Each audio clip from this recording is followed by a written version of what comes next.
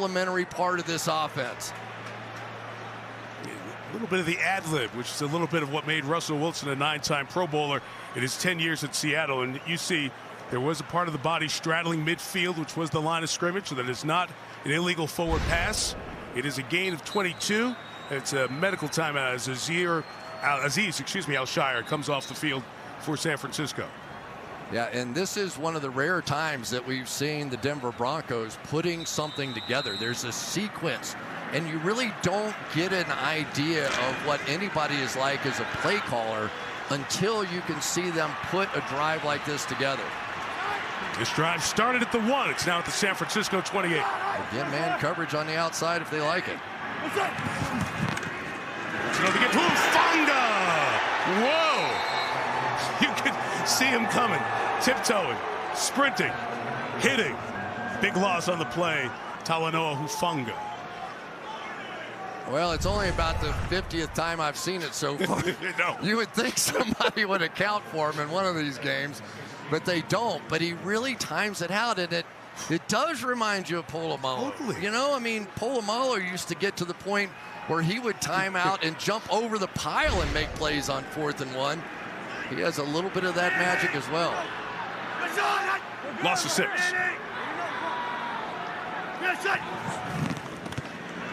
Wilson fires. Incomplete. Looks like a little hesitation with Sutton and Wilson on that one. It'll bring up a 3rd and long. Perfect throw that time by Russell Wilson. It was Sutton who knew there was a safety sitting back there in Gibson and just stopped short. If he had just run through the ball, I think his body would have protected him there.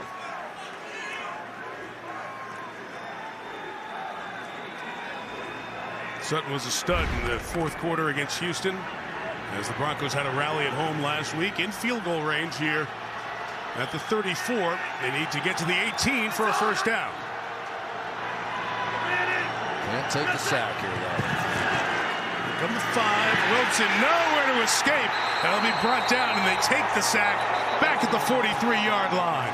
Drake Jackson, the rookie out of USC, who's flashed a snap or two in pass rush situations, gets there, and the Broncos will punt it away.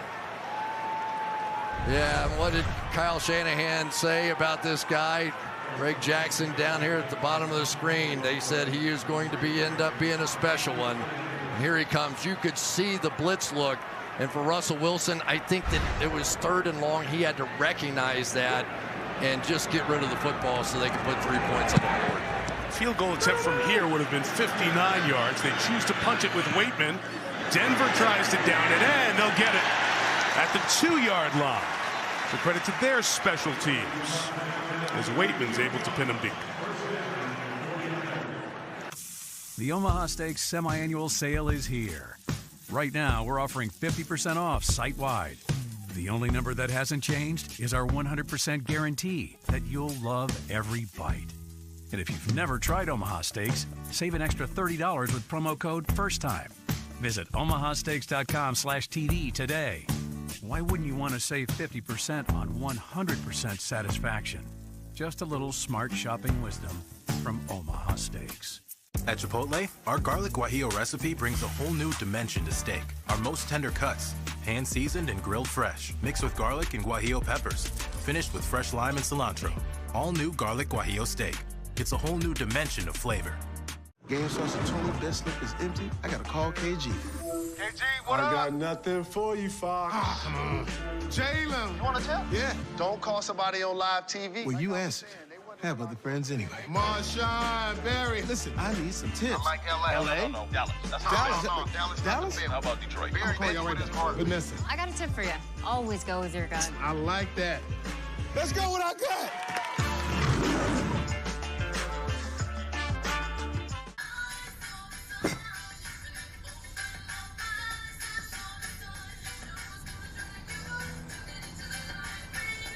Miller Lite has more taste and only 1 more calorie than Michelob Ultra.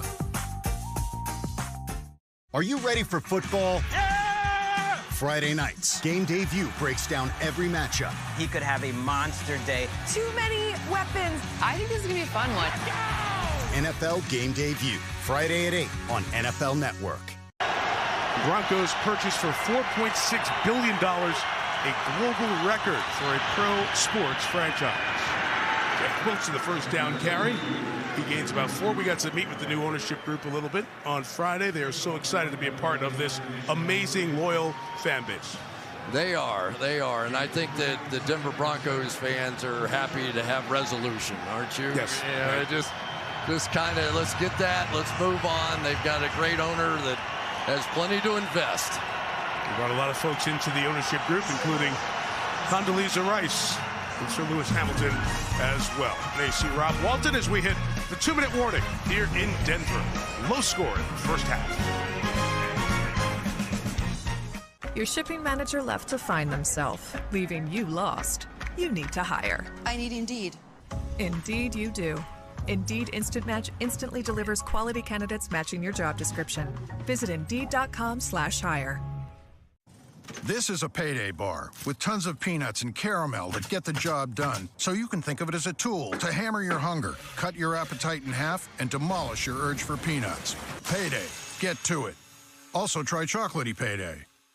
He takes the Tostitos, fakes left, goes right, and dives into the salsa.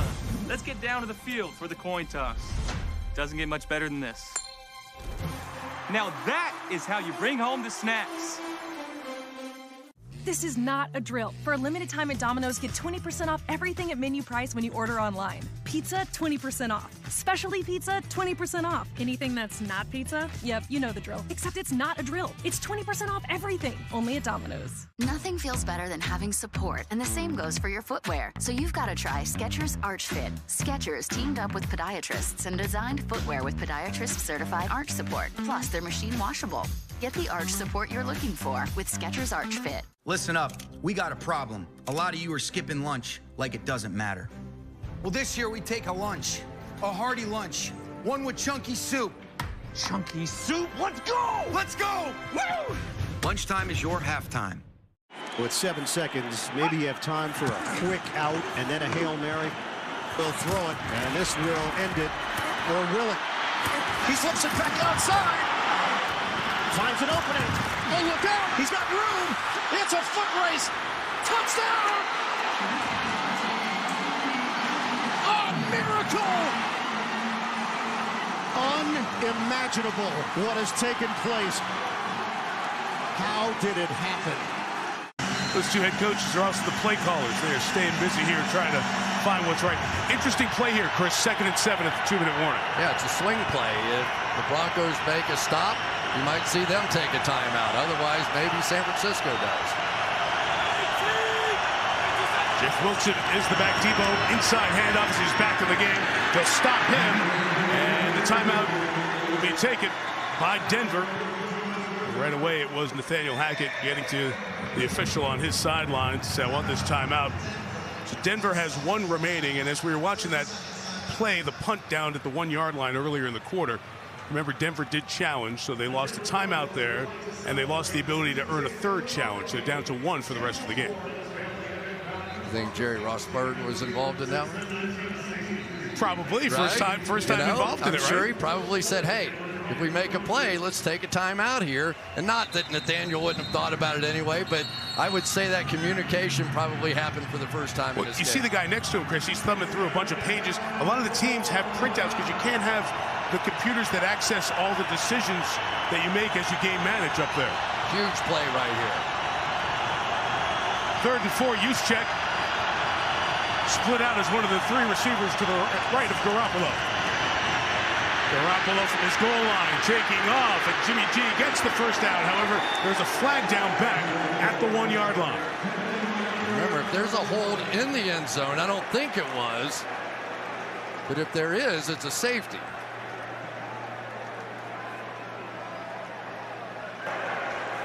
Holding. Offense, number 69. The penalty's half the distance to the goal. Replay, 3rd down. So you say it happens outside the end zone. Mike McGlinchey guilty of the hold, the right tackle. Here we go. 2 very good tackles on this team, but 2 very good pass rushers as well. You could see that Randy Gregory, who came over from the Cowboys, was loaded up on that one. That's interesting. It was the first grab that you saw at the 1 yard line. Then you saw another twist in the end zone. So if you say he did it on the first one, that's why the flag was at the 1 and it wasn't a safety. And that's exactly what Hackett is asking. Only half the distance, so even with the hold, it's only 3rd and 9. And Garoppolo out quick, too tall, and incomplete for Jawan Jennings. Randy Gregory's big arm got up in the way, and the incompletion stops the clock with $1:43 to go. They really have two dynamic playmakers on the outside. Here's Randy Gregory again. They put the tight end this way this time just to add a little space. Been able to get his hands up. And two very different players. Gregory, a real speed guy. And on the other side, Bradley Chubb, 275 pounds, probably weighs 30 pounds more. But he's a little bit more of the power. Wisnowski has more room than the Miami punter, who punted it into the personal protector's backside in the game against Buffalo today. Wisnowski, that's a good one for the 42-yard line. Here goes Montrell Washington. Around midfield, he pinballs there, and it's good field position for Wilson and the Broncos with 92 seconds left. So Russell Wilson, Super Bowl champ in his early 30s, gave up a lot to get him here to be the guy in Denver. 3 players in Locke and Fant and Shelby Harris, and a 1 and a 2 this year and next, and another 5th rounder in 2022. So a lot went out, and a lot went out in terms of the checkbook as well to sign Russell in the hopes that number 11 will be the right one since Peyton Manning in 2016, and finding the right starting quarterback to bring the Broncos back to the playoffs. And we know it's going to get there eventually. It hasn't gotten there again tonight. So Denver's sitting there with 3 points on the board. Russell Wilson made a mistake on the last one, taking the sack. From midfield, Wilson swings it out to Javonte Williams, gets to the sideline, just a yard there. Tagged on the sideline, and no flag. Denver sideline was quick to say, should that be a 15-yarder? I think he was right on the line. Whoa, that was close. I saw one official sort of grab for the flag and then take his hand off. Did too. So they don't huddle even though the clock was stopped as he went out of bounds. 1:27 left. Wilson throws. It's brought in by Williams, but incomplete. It was high. Hard for him to reel in. We'll have 3rd down coming up. Is an incomplete pass. It's 3rd down.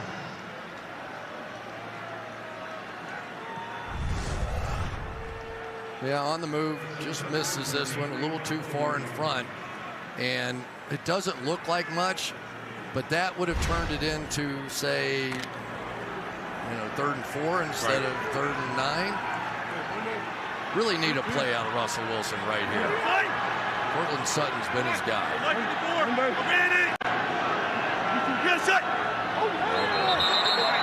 Jerry Jeudy was anxious.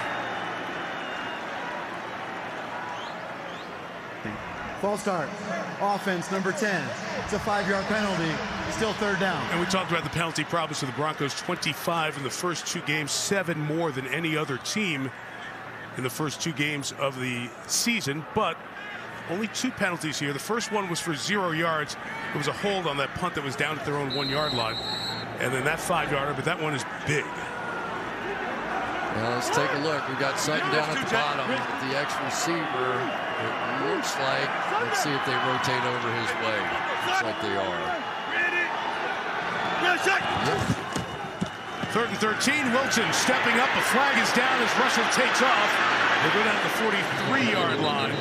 But again, the good pressure off the edge forced Wilson to escape. It may have forced the flag. Yeah.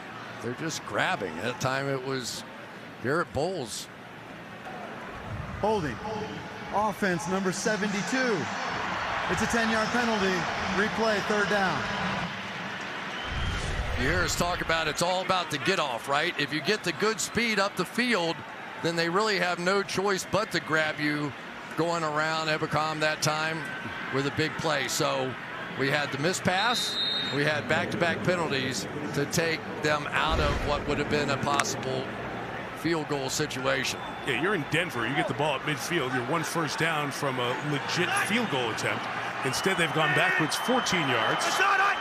And it's 3rd about a quarter of the field.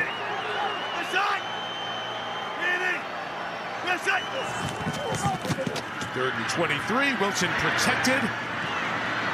Short pass, and Alberto Cuebron will take it out the 49-yard line.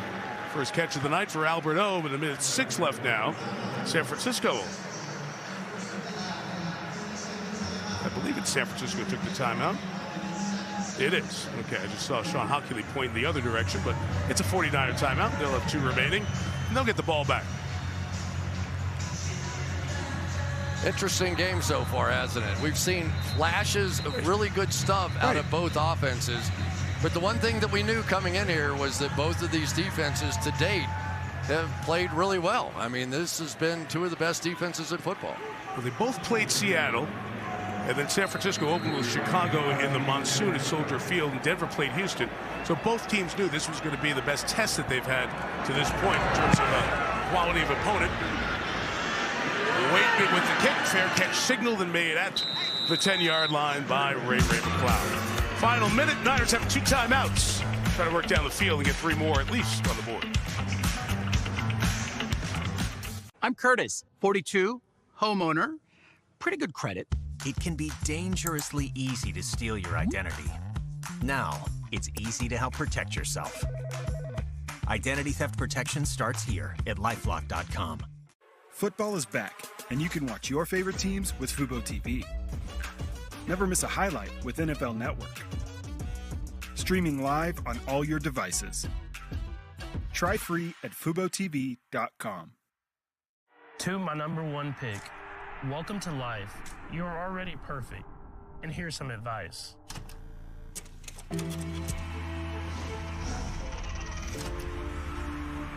Stay focused, stay hungry. Be loyal and lead. When the team feels like family, that's all that you need. There's only one you. You'll shine bright as a star. Just lead with your heart and be who you are. Today, you'll make around 35,000 bets. Not just on the game, but on every moment in everyday life. You'll bet on how spicy the atomic wings really are. Bet on the extent of your bladder control. And bet on your athletic prowess. My bad. Yes, every moment in life is a bet. But life doesn't offer you up to $1,000 back in free bets if you don't win. So bet on FanDuel, America's #1 sportsbook, and make every moment more. So sweet, so crispy. Nobody makes breakfast as good as Wendy's new home-style French toast sticks. Nobody. Nope. Keep talking. I can't hear you. I should probably stop. Choose wisely. Choose Wendy's new home-style French toast sticks.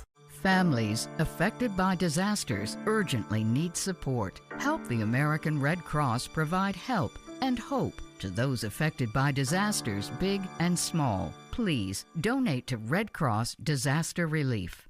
The NFL returns to London. Vikings. Fires right. Caught. Yeah! Saints. That's a touchdown, New Orleans. It's Sunday morning football. Sunday at 9:30 a.m. Eastern, only on NFL Network. With the Game Time app, I paid 60% less than this guy. What? And it's not just sports tickets. It's also concerts. Performances, too. Oh, come on! Download Game Time. Last-minute tickets, lowest price, guaranteed. At Men's Warehouse, we'll help you look your best for wedding season. We'll help groomsmen look more groomed, proud fathers look more proud, officiants look more official, and best friends look better than ever. Men's Warehouse. Love the way you look. My graduation was something I will never forget. People like you and me sometimes may have doubts in ourselves, but I feel that everything's possible. Find free adult education classes near you at finishyourdiploma.org. Save and invest when you're shopping this fall. Pumpkins? That's investing. Costumes? That's investing. Apple pie? That's investing. Acorns. Start investing with just your spare change.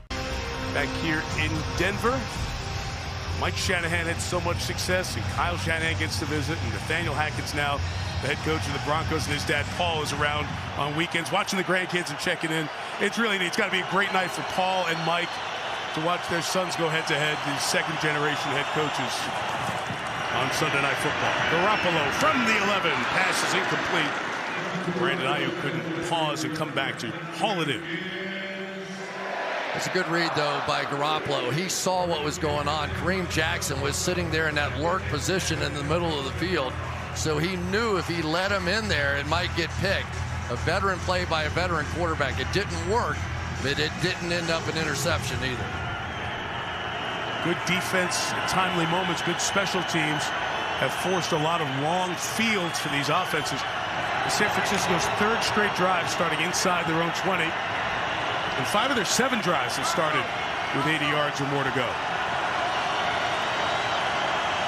Deebo Samuel next to Garoppolo.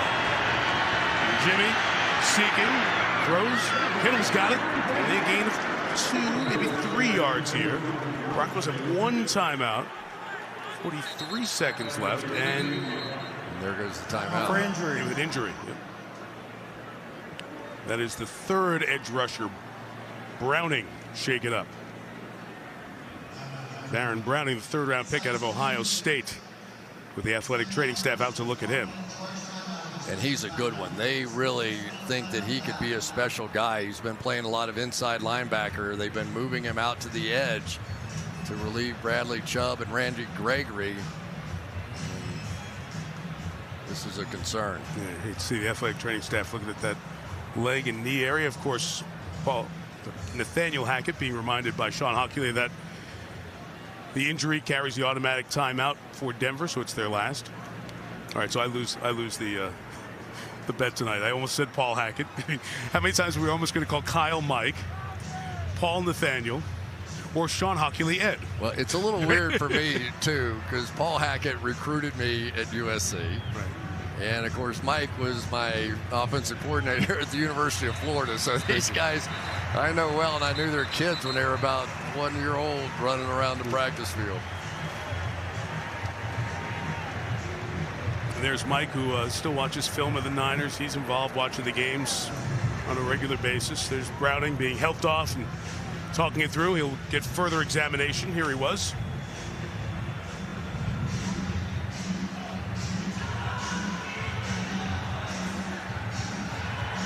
Yeah, the one thing that Mike and Kyle definitely had in common, though, was that honesty. I mean, they will tell you exactly what they're thinking, and you may not always like it, but generally it moves the conversation forward. So Denver's out of timeouts, 42 seconds left. It's 3rd and 7. 49ers back up at their own 14. Incomplete pass, though, would give the Broncos a chance. So they keep it on the ground with Deebo Samuel. He will spin. He'll get hit at the 15-yard line. But because the injury forced the Broncos to use the timeout, nothing happens, and I'm going to guess we'll just skip the punt and get to halftime. That's a good call there by Kyle Shanahan. No reason to give them a chance, get the ball back. It's the right call. And both teams are locker room bound, and we are studio bound in 15 seconds.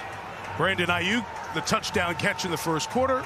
Brandon McManus, the 55-yard field goal in the second. And that's it in the first half for scoring. Low scoring, tight one. 2 good defensive teams. Niners 7, Broncos 3. Broncos get it to start the second half.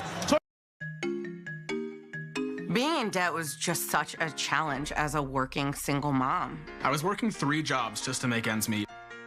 I knew I wasn't going to be able to get out of debt by myself. National Debt Relief negotiated with my creditors and reduced my debt by half. National Debt Relief can significantly reduce the amount you owe. National Debt Relief got me out of debt. I feel like I'm in control again. I feel like I'm taking my life back now. Call or visit nationaldebtrelief.com to get started. The first step in selling your home is to find out how much it's worth. HomeLight uses the same tools banks and lenders use and is connected to the nation's best real estate experts. Find out how much your home is worth for free at HomeLight.com today.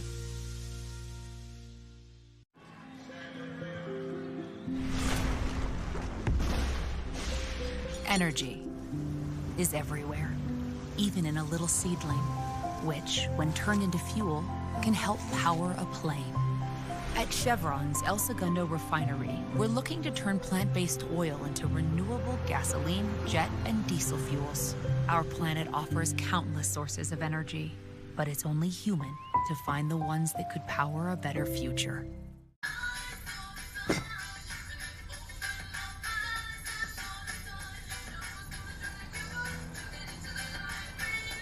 Miller Lite has more taste and only 1 more calorie than Michelob Ultra.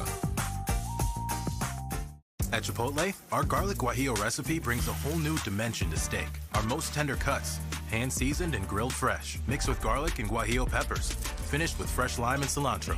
All new garlic guajillo steak. It's a whole new dimension of flavor.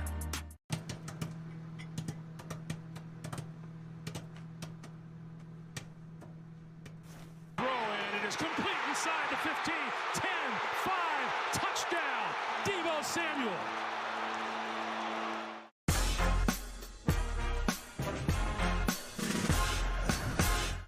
Defenses in Denver, story in the first half, 7-3. 49ers on top, Broncos getting the ball. If you are fans of Corliss Waitman and Mitch Wisnowski, this has been your night. 10 points, 10 punts. Here's the quarterback comparison, pretty similar stuff. Neither one has turned it over. Key sack that Wilson took in the second quarter, taking them out of field goal range. And the Broncos offense, that's now 10 quarters, 25 possessions, and just 2 touchdowns scored. Possession 26 coming up now. Mike Tirico, Chris Collinsworth, Melissa Stark. Here in Denver on a really terrific night. Weather is beautiful.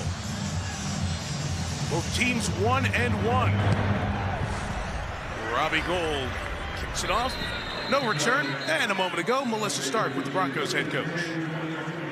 Nathaniel, just 3 points on board. How do you get things going offensively? Yeah, we got to finish. You know, we had a couple good drives there, long extended drives, and the guys just got to keep on working and keep on finishing. What was your message at halftime? Play together. The defense is doing a great job, and offense just has to now pull their part, and special teams doing a great job. We just got to keep moving the ball and get down in the red zone. Thanks, Coach. Thank you. All right, Melissa, thank you. Chris, be interested to see where they go. Take a deep shot here at some point in this second half with Russell Wilson, who's excelled through his career with those long balls. First run will be a gain of 4 yards for Javonte Williams to the 29. Yeah, let's talk about that, though, because the 49ers don't give you many opportunities. So what happened there? The couple of plays they did get those one-on-ones on the outside was here from the Patriots. 3rd and 4 conversion. And all of a sudden now you've got the one-on-one on the outside. But I think that when you get those rare opportunities against this defense, you just have to take that shot. You've got a big receiver in Cortland Sutton, and you've got arguably the best deep ball thrower in the game. Wilson got tangled up there, and that might be a trip. Yeah. Let's see. That's Bosa coming flying in there. Nick Bosa is going to join the conversation here. Okwebunam, the tight end, was coming out. Bosa was streaming towards Wilson, who was trying to get to the outside to throw it. What did you see? What happened? Let's get another peek at it. Well, it looked like Wilson was going to get outside, and then legs tangled or a trip. You decide. That looks like a trip. Jerry? There is no foul for tripping. The contact was ruled incidental. It's 3rd down. And incidentally, it was a trip. They're bringing Terry McCauley for his opinion. First, the rule here, Terry. He clearly lifts the leg, which is illegal, to obstruct an opponent, even the runner. I'm surprised they picked this up. This is tripping. It looks intentional to me to obstruct the runner. And can I just pick apart your sentence there? He lifted his leg. Is that something you're looking for there as you're watching? Yeah, if he could have had the foot on the ground, it would have been perfectly legal. But when he picks it up, lifts it up like that, and obstructs the runner, that's a foul. Thanks, Terry. Officially a sack. It's 3rd and 14. Wilson throws it through a lot of traffic, incomplete. Fred Warner was there. Javonte Williams wasn't going to go anywhere, even if he did catch it. And a not pretty 3 and out with a little help from the Bosa trip. But, I mean, let's be honest here. That drive would have been extended with a 15-yard penalty, and instead they give up a sack, a little shot to the head. So not entirely the Broncos' fault here. He goes down as a 3 and out. Corliss Waitman to kick again. Big leg, showed it off here. 55 yards to Ray McLeod to the 25. They'll go up the numbers, bounce it to the outside, and get all the way back to the 44. Nice 19-yard return by the return man who was with Pittsburgh for over the last couple of seasons. Well, this 49ers offense, we saw with Trey Lance, then all of a sudden it was the pivot. Now it's Jimmy Garoppolo. Did you see anything different in what they were doing offensively in the first half? Well, they popped a couple of good runs, and that was when their offense woke up and got established. So I think that, you know, they've got one of the great players in the National Football League in Trent Williams, that left tackle position. I might want to give him a little effort here and see what they can do. But this 5-down lineman look is a tough look to try and run against. Their own 43, the Niners' best starting field position of the night. They'll run to the right, and a flag comes down as Jeff Wilson is taken down. Wilson 8 carries for 55 yards in the first half, the leading rusher in the ballgame. Illegal use of hands to the face. Defense number 93. This is a 5-yard penalty. It's an automatic first down. It's on Draymond Jones inside. There's the hands up underneath the helmet, and that is a foul.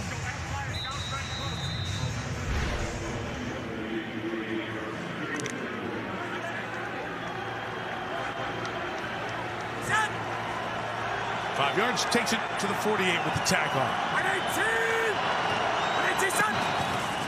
And Jimmy Garoppolo scanning with some time here, trying to get to Wilson. It was high and incomplete, and we have another flag down. This one thrown in front of the Broncos bench near the line of scrimmage. Illegal shift. Offense number 15 did not get set. It's a 5-yard penalty. Replay first down. It's one thing, Chris, with this offense, nobody uses more motion than the 49ers do. So you understand every once in a while if they get one of those flags. Yeah, it clearly is an edge for the 49ers. It takes a lot of practice time. It takes a lot of concentration. It takes longer play calls, which is why Jimmy Garoppolo has the wristband to help him with the play calls. Jordan Mason, the undrafted man out of Georgia Tech, is in the game. Runs it hard. It gets to midfield. All right, let's take a look at the Walmart Plus 4K Sky Cam. Go inside the game a little bit with Trent Williams, one of the absolute best players at any position in the National Football League. You can see how athletic this huge man is, keeping his feet in front of some of the best pass rushers, passing off some of those stunts. But there is just nobody better playing in the NFL right now than that guy. Year 13, still elite at age 34. Some of his numbers tonight, first team All-Pro. Snap issue, and Garoppolo gets down near the bottom of the pile. Umpires in there. Terry Killen's trying to make sure nobody hands on. If Jimmy G got that back, I'd be surprised. He did not. Denver ball. It looked like Josie Jewell jumped on it, and there was no way Garoppolo was going to take it back. Take a look. You could see Garoppolo was moving, and maybe the snap just a fraction late. Garoppolo had his hands on it, but when it got down and dirty, there was no way he was hanging on to it. And you're holding your breath a little bit with that, right? That surgically repaired right shoulder under there. Josie Jewell comes in there. Draymond Jones right over there as well. Jewell's hand there for a second. And then Denver comes on in there, and Kyle Shanahan sees the game's first turnover go against him. And Garoppolo and the 49ers have given Denver next to Cortland Sutton at the top of the screen. Midfield, Wilson, play action in time, but no more. Goes away very quickly as Kevin Givens, who got the start, Eric Armstead out. Powerful to get in there despite being blocked and pick up the sack. Watch Kevin Givens go from the tackle position, pound outside, and work his way right back to the quarterback. This was just brute strength, really, working against Garrett Bowles. Whoa. And once again, for Russell Wilson, it needs to either be a let's get it out of there, or he just doesn't like what he's seeing down the field.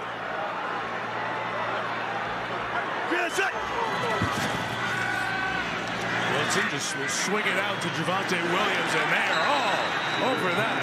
Loss of 2. Diamador Lenoir with the tackle that brings more boos from this sellout crowd in Denver. D'Amico Ryans was right. They get there fast on this defense. They really do. So many teams, because there's so much pressure coming after your quarterback, want to check it down. But then those guys on the outside, they just fly. You're going to see that young man right there, D'Amico Ryans, head coach in this league very soon. Loved watching him play, 38 years old, defensive coordinator here for the second year. 3rd and 18. Wilson gets it out quick. Sutton catches it. It's a yard pass where the drive started, the 49-yard line. Once again, the Broncos will punt. Once again, the crowd doesn't like it. And Fred Warner's waving them on, saying, yeah, keep those boos coming. 8 drives, 6 3-and-outs.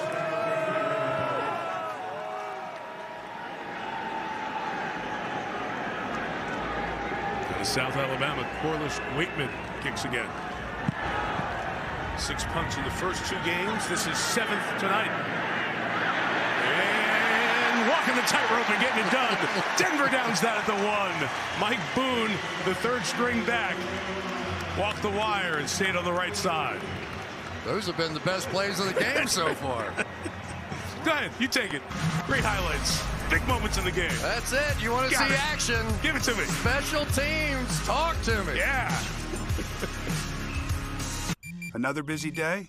Of course. You're a CIO in 2022, but you're ready because you've got the next generation in global secure networking from Comcast Business with fully integrated security solutions all in one place. So you're covered, on-premise and in the cloud.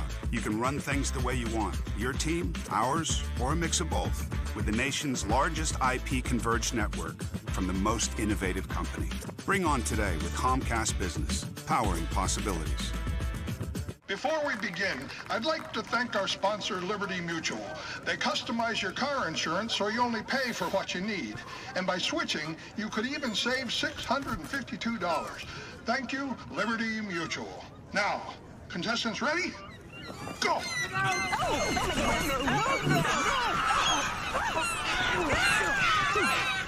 Why? Only pay for what you need. Liberty, liberty, liberty, liberty. We've obtained documents revealing that Carl's Jr. and Hardee's have Charbroil double deals starting at $2.99 each. Can I take a closer look? Oh, wow.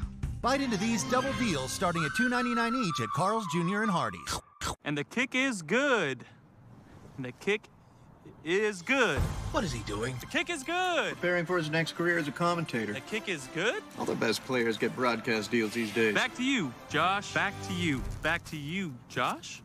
Tonight, NFL Game Day kickoff is your pregame headquarters for Cowboys-Giants. Jerry Jones is hoping for a QB controversy. Giants fans are hoping for a totally unexpected 3rd straight win. Who gets what they want? We'll get you ready. Tonight, 7 Eastern. NFL Knockout presented by Caesar Sportsbook is back, and you can play for free all season long. Survive 10 questions, don't get knocked out, and win weekly prizes, including a chance to win a VIP trip to Super Bowl 57. Play at NFL.com/knockout. Singing, good voices. Probably is the best voice of anybody in the stadium. Russell Wilson's wife, Sierra. Welcome to Denver. She and Russell have settled in here, and their family used to it after the time in Seattle. Long field for the Niners, leading by 4. An inside run for Jeff Wilson. Will go nowhere. Chris, you mentioned it earlier, the thin running back core for San Francisco. Elijah Mitchell on injured reserve, sprained his knee, out a couple of months. And Ty Davis-Price, their 3rd-round pick out of LSU, got hurt last week. Yeah, and what it's done is usually you see them so fast, but ordinarily the 49ers are working the edges, right? They're going with that outside zone stuff, but I don't think they're overly comfortable getting out on the edge with Chubb and with Gregory. 2nd and 10 from his own end zone. Garoppolo's out of the end zone. It's a safety. Remember, Dan Orlovsky did that. Stepped all the way out of the end zone. It's a safety, and that kills the play before everything else on the pick. So it is 7-5, and Trent Williams is shaken up for the Niners.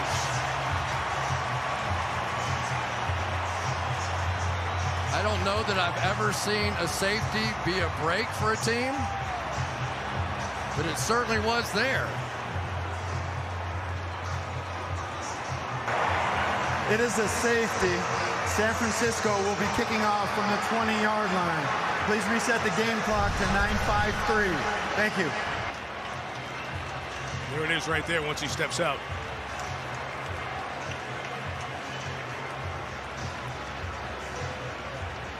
So it's 7-5, and let's see what happened with Trent Williams.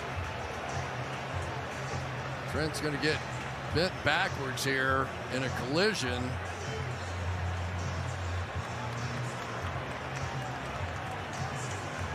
There you go, right there. With DJ Jones.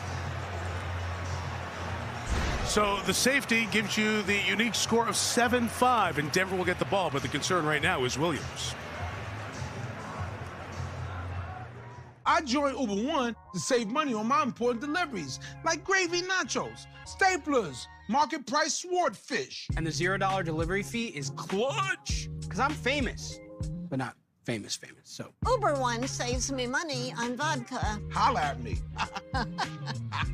And I need to save money for when I get canceled. Yup. Because I don't want to go back to selling pictures of my feet. Oh, I'm in this place.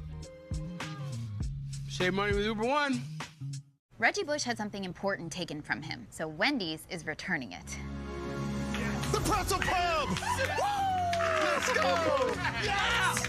We haven't told him it's back for a limited time. Choose wisely. Choose Wendy's Pretzel Pub Cheeseburger. By the time you see the symptoms of lung cancer, it could be too late. Now there's a new scan that can detect lung cancer early.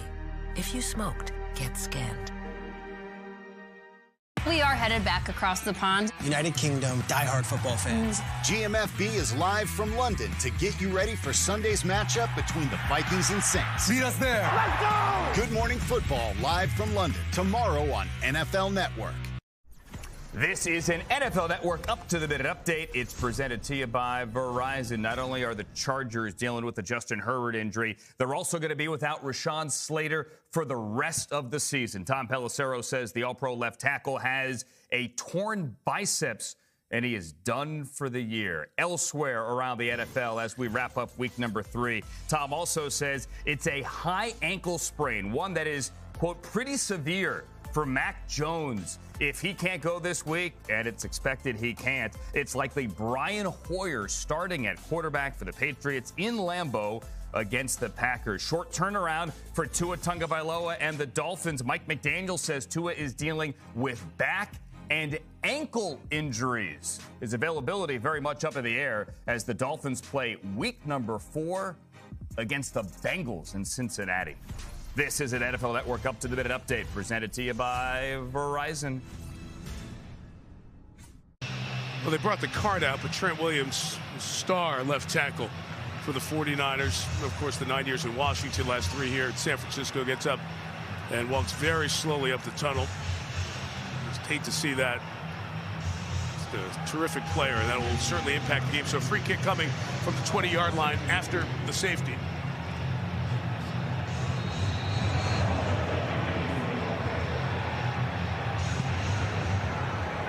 To kick it off the tee or free kick it as such, and from the 15-yard line.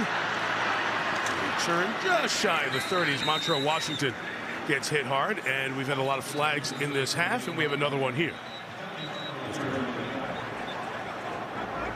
And we got a lot of pushing and shoving now. So as they all sort this out, and they sort out the penalty as well, I kind of want to say I'm sorry to Dan Orlovsky, but that's the first thing that pops in my mind. For those who don't remember the play in 2008, Orlovsky with the Lions ran out of the back of the end zone. A lot of us would if Jared Allen was bearing down on you. The great defensive end from the Vikings was doing it at that time. During the return, holding by the receiving team, number 40. It's a 10-yard penalty. First down.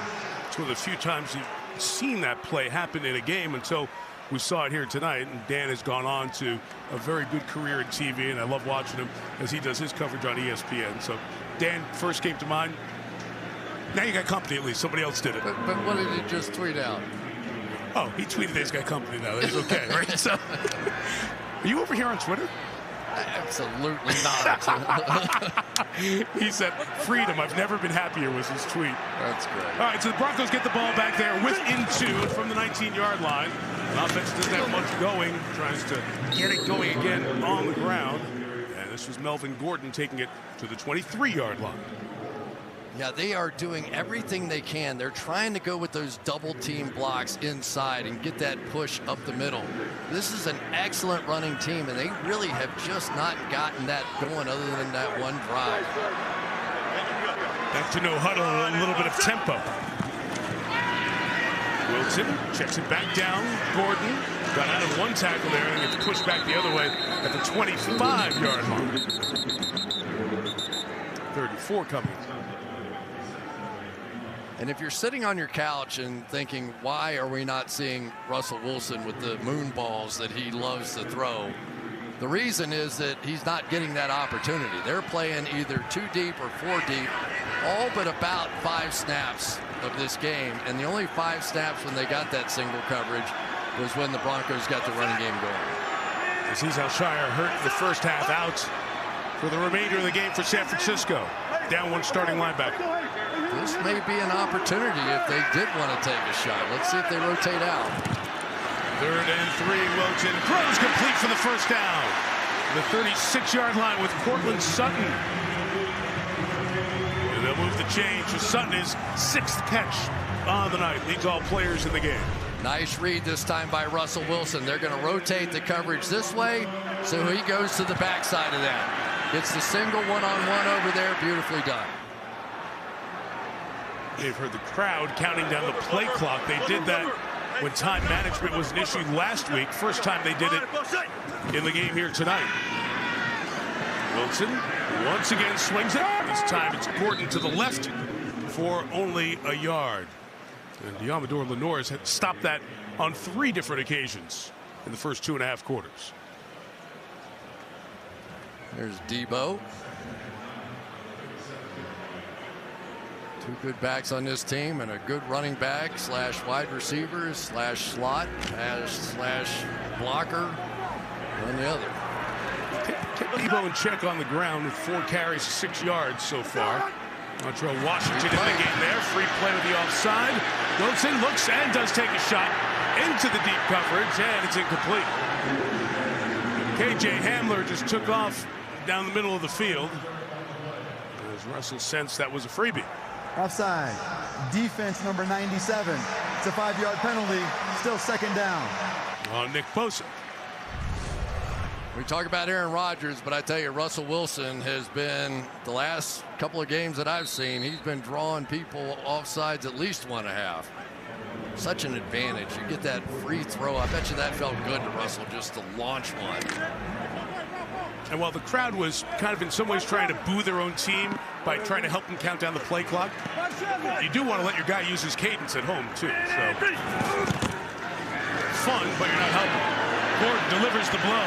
Gets the first down. Drake Greenlaw was there. Gordon took him across the line, and the Broncos move the chains as we dive under 7 minutes in the 3rd. Yeah, and this time Hufanga is going to try and come around this way, and yet it leaves just a bit of a gap in there. Good block down on the outside there by Eric Saubert. They're bringing the 2 tight end look in there now and see if they can get a little something going on the edge. Gordon trying to bounce it to the outside. He hit the 47-yard line. It's a very good first down pickup on the ground. Yeah, they're good at this. When they get under center and they can pound the football a little bit, their offensive line, they like the double teams, getting up to the next level, and it really sets you up for some play action passes. Still with that heavy set with those tight ends in there. It's a lot of beef up front. Okay, 5-4, Garrett. From the 47-yard line, Monte Williams will slam it in there for a yard. Javon Kinlaw on the tackle. Eric Armstead not in the lineup tonight. He weren't with us at the start of the game. Guy who hasn't missed a game in 4+ years. Foot injury, didn't practice all week, not going here. And as the Broncos just keep going, Chris, you know, it's going to wear down this San Francisco, or at least attempt to wear down their defense. Well, they're rotating in and out pretty well, but they bring their frontline guys back in there now. Kerry Hyder had a nice play earlier in the game right now. Mike Boone again in. Play got in quickly from Hackett to Wilson. 3rd and 3. Pressure picked up for the moment. Wilson lofts it nowhere but a flag. Flag thrown from the back on the contact. Wilson also got hit at the end of the play by Kerry Hyder, who Chris just mentioned. This is against the Niners in the secondary. Drive will continue. Before the pass was thrown, holding. Defense number 38. This is a 5-yard penalty and an automatic first down. So we mentioned Lenore earlier, a couple of good plays. Tag there. They were trying to get that rub route going down the middle of the field again. You'll see the wide receivers crisscross down here trying to pick off one of the defenders right there. And that's where they saw the hole. Drive following the safety. Broncos from the 41-yard line. And Williams. Line started to move the other way. Fred Warner's been slowed and banged up a little bit in the last couple of runs on this series. Warner's the star linebacker. Armstead the star inside guy on the defensive front. Missing him tonight.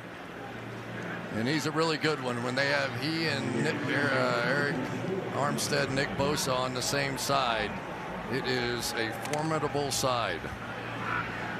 They're starting to get this running game going. This is what I thought they could look like running the football. Now back to shotgun. On 2nd and 4 inside with Williams trying to hop away. Did for a second. But Demetrius Flanagan falls because of Alshire being out.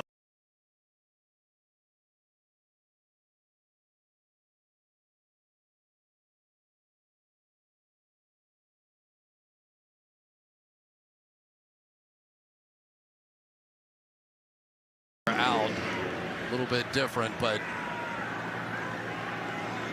we really haven't seen Fred Warner make one of his sort of signature plays yet, you know? And one way to keep from that is just keep trying to pound it down there and let those offensive linemen get a push.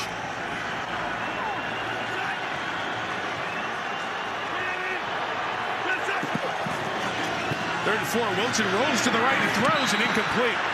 It's kind of a play we've seen him do a lot, but the timing way off, the pass high. It'll bring up 4th down, and it'll bring on Brandon McManus. That's a big miss right there, Mike. That is a big miss. That is an open receiver for a first down.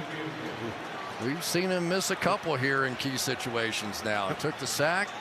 That was a first down. That was an easy one. Field goal attempt coming for McManus, 53 yards. So I'll sneak this in quickly. The score is 7-5. It's only been one game in the history of the NFL that the final was 7-5. It was back in 1938. But McManus trying to change that and give the Broncos the lead. And it's still 7-5. We got a chance. Safety, they move the ball down the field. Wilson missed a wide open receiver. McManus missed the field goal. Of course, 7-5.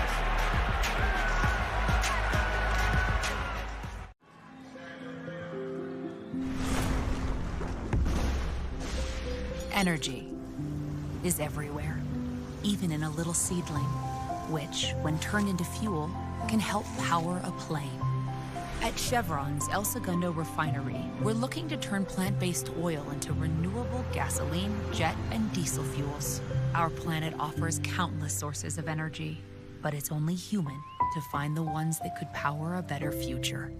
So, it's Friday night dinner. All of a sudden, boom. Boom! The kid's like, Dad, what is that? And you, Gecko, go, roar! Huh? It's a bit too aggressive, isn't it? Okay, yeah, sure, rewind it. How about this? Beg your pardon, but bundling your home and car insurance could save you hundreds. And then the neighbors are like, giant gecko? Huh? Who? The little girl's like, hi, Gecko. Well, quite the commercial. Yeah, I know, right? See how much you could save by bundling with Geico. Are you tired of clean clothes that just don't smell clean? What if your clothes could stay fresh for weeks? Now they can. Downy Unstoppables in-wash scent boosters keep your laundry smelling fresh way longer than detergent alone. Pour a cap of Downy Unstoppables into your washing machine before each load. And enjoy fresher smelling laundry. If you want laundry to smell fresh for weeks, make sure you have Downy Unstoppables in-wash scent boosters. Right now, get $15 when you bundle Tide and Downy.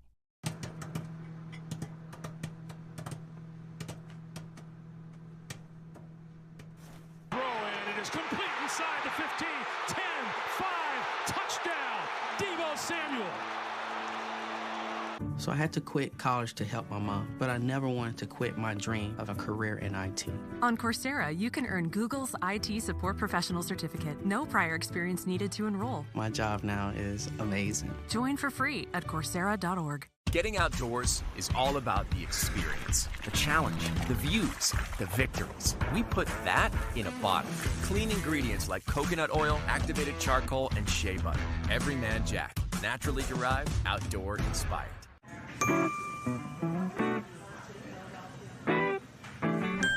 Fee-free overdrafts, early payday, no monthly fee. It's banking the way it should be. Chime, the #1 most loved banking app.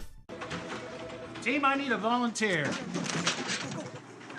We need promotional products. I'm on it. 4imprint makes promotional product success easy. For high-quality items, go to 4imprint.com. 4imprint, for certain. What a cool way to frame next Sunday night's game. Mahomes against Brady. We'll have it for you on Sunday Night Football from Tampa. That is Jalen Moore. You see his career history of the 3 starts. The swing tackle comes in now for one of the best, Trent Williams, over at the left tackle spot.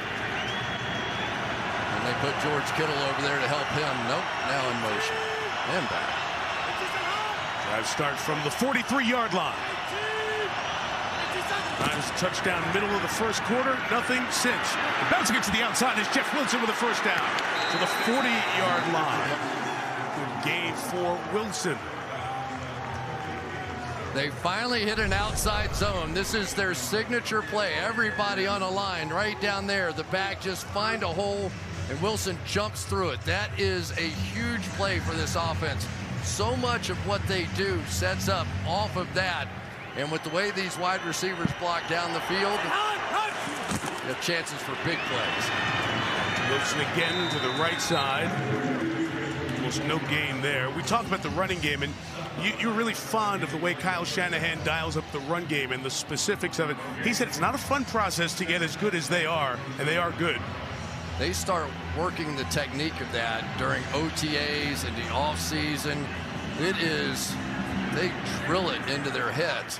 And so it's not going to be that big a deal for Jalen Moore to know the plays, but you can tell maybe a difference because they're running everything off to the right side since this series has started and Trent Williams went out. Garoppolo pressured. Gregory's got him and brings him down at the 49. A loss of 10 as he got past that left tackle. Just too quick, right? Watch this move. Up, under, here we go. This is signature stuff from Randy Gregory.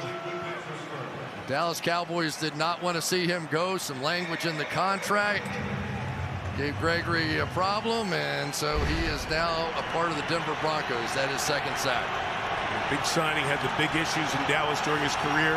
The multiple suspensions. Dallas thought they had him signed. He ends up signing here in Denver. Third down, Ruff Sledden. This is 3rd and 18. Garoppolo looking across, and it's incomplete. Tried to get it to Brandon Ayuk. Broncos were trailing him. And the Mile High fans yell incomplete, part of their tradition. Had a chance, it really did. Jimmy one-hopped this one. He was moving to his left, trying to make that throw, but that one had a chance. There have been some misses from the quarterbacks. There has. That's 7-5. Still? Well, Waitman has punted 7 times. Wisnowski has punted 5. And this is his 6th.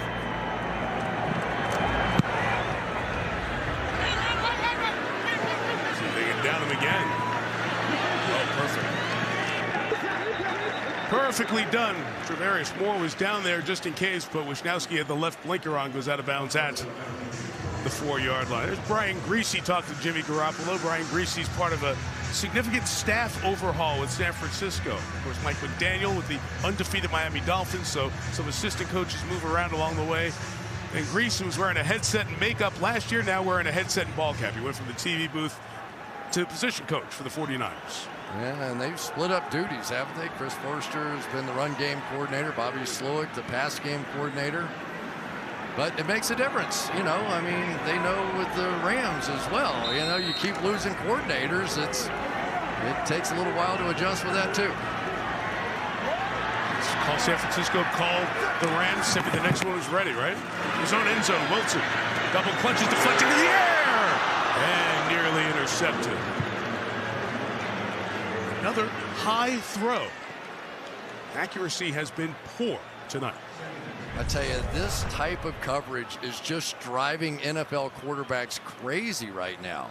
The idea that you just don't have opportunities to throw the ball down the field, and you have to be so efficient. You just can't make mistakes. When you start on your own 6-yard line, you probably have to put a 15-play drive together when you're playing against that style defense to score a touchdown. Amend that. That one was too high. Couldn't have been caught. Gordon going, no, I lost the football. Wilson on it. Wilson paid attention as the ball came out and fortuitously bounces back to the quarterback at the 3-yard line. D'Amico Ryans knows how close. Wow. Does it feel like this whole game's been backed up inside the 10-yard line and special teams and all the different plays? We saw the Kansas City Chiefs today, usually one of the great special teams in the league, struggle with their special teams, and tonight they've been brilliant. Charvarius Ward punched it out. Melvin Gordon's last 11 fumbles were turnovers, so he breaks that streak as his quarterback bails him out. 3rd and 13. Wilson from his end zone through the hands of Mike Boone, and this has been bad tonight.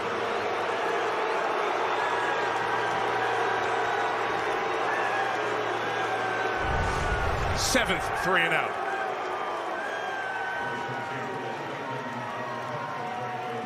I'm out of comments. You know, you got to catch the ball. Sometimes it's not anything the coach is dreaming up, or, you know, just catch the ball. Somebody make a play. It's been make all a the way tackle. around. You're right. Yeah. Corliss Waitman one more time. The lefty punter. Room to return for Ray McLeod. Right at the midfield stripe.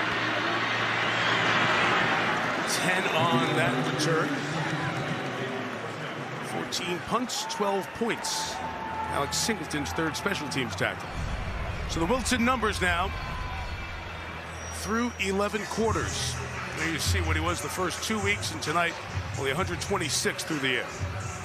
You just wonder what's going through his mind, right? One of the great competitors around. You wonder if he's starting to think, I'm just going to have to scramble around and make some plays. One of the really good plays they had is that little chest pass when he scrambled. And I don't know, maybe get him on the edge some, let him try and make some plays, because right now this offense is stuck.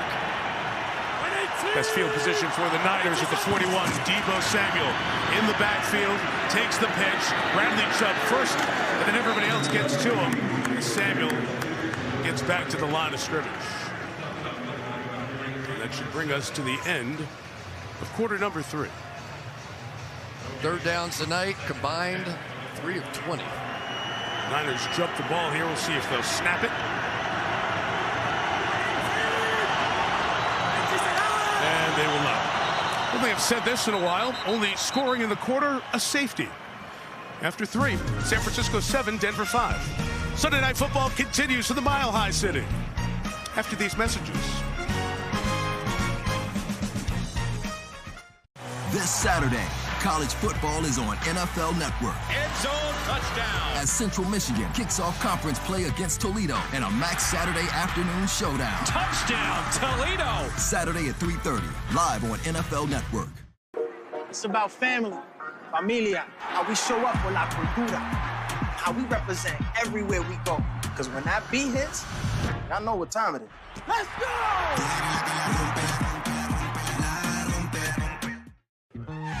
Are you a referee? Apple, Omaha, fade, illegal substitution. Pylon, Interception. How many words? Break it into words. Oh, I know it.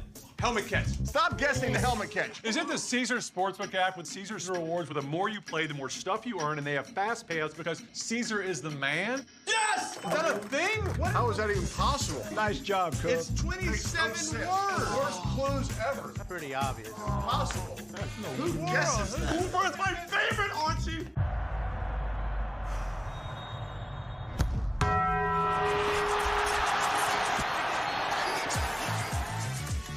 One of our cheesiest burritos is back at Taco Bell, the double steak grilled cheese burrito. My graduation was something I will never forget. People like you and me sometimes may have doubts in yourself, but I feel that everything's possible. Find free adult education classes near you at finishyourdiploma.org. The NFL is committed to the health and safety of every player. The league's advanced data collection and testing have led to more options of increasingly safer helmets. Last season, concussions were at the lowest number ever. It's all part of building a better game. Tonight's aerial coverage is brought to you by Geico. Mike Tirico, Chris Collinsworth, Melissa Stark with you from Denver. We go to the fourth. San Francisco leads 7-5. Funny game, football, sometimes. Sometimes it is, yes. Are we at Coors Field or are we at Power Field at Mile High? I tell you, though, the Broncos have executed their game plan. This 5-down lineman look, the plan of taking away Debo and George Kittle has worked. Second down and 10 for Jimmy Garoppolo at the Denver 41. Pressure coming. He gets hit, lofts it up. It is caught. Did Jennings have possession? No. He was juggling the ball, and Jawan couldn't pull it in. Jewell had the pressure, Stearns the coverage. Watch this shot that Jimmy Garoppolo takes on this one. You just wonder if Jalen Moore really didn't know what to do on that one and didn't pick him up, and his quarterback paid the price for it. I think they come right back with another stunt to that same side and make sure Jalen Moore knows who to block. You saw the juggling there, and the official who had the view closer to the line of scrimmage came right in and said didn't have possession with the 2 feet down. Third and 10. Broncos bring it 5, and Garoppolo will swing it out. Wilson makes a man miss in the open field. The tackle has him a yard short of a first down. A field goal from here is 50 yards. Robbie Gould is coming on. I think Kyle Shanahan said, I know what kind of game this is. I'll take 3 points all day.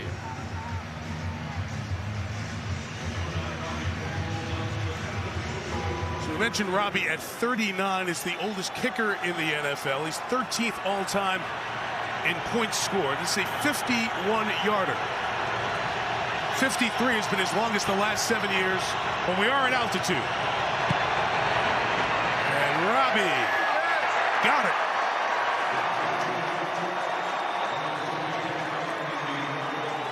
Robbie Gould knocks through the field goal. I talked to him on the field before the game. He's got 3 boys at home. His boys have a fantasy team. And Robbie said, you should take Justin Tucker as your kicker. Like, no, Dad, we're taking you. So, boys, Dad got you 3 there. Hit the 3-run homer. And George Kittle, man, every point, every yard of battle here tonight. As Garoppolo and the Niners take advantage of the defense hold, the punt caught at midfield with a nice return, and now Nathaniel Hackett's team in a 5-point hole. But it doesn't matter, right? I mean, you're playing for first place tonight. Both these teams, they win the game, they're tied for first place. All you need is one drive. You just need to put it together one time, and you got the lead. And then count on your defense, which has been playing great. Now they just need to have that one drive. They really need for Russell Wilson to create some magic now. They just do. They need, sometimes your star players just have to wake your team up, and it is definitely Russell Wilson time right now. Montrell Washington, his touchback is Gold. He didn't kick off the last 3 years. He's kicking off this year.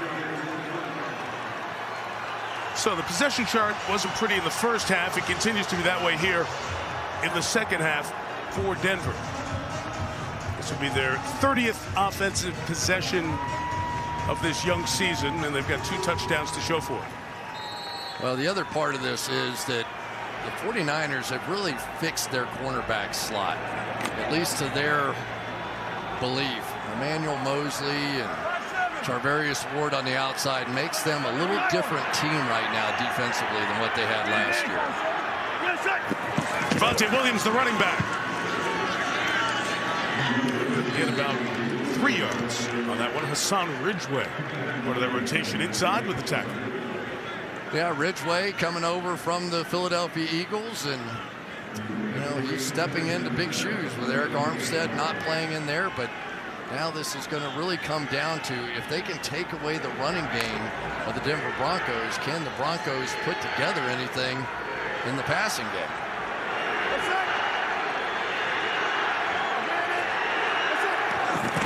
Second and 7. Wilson stepping up. There's the deep shot down the field.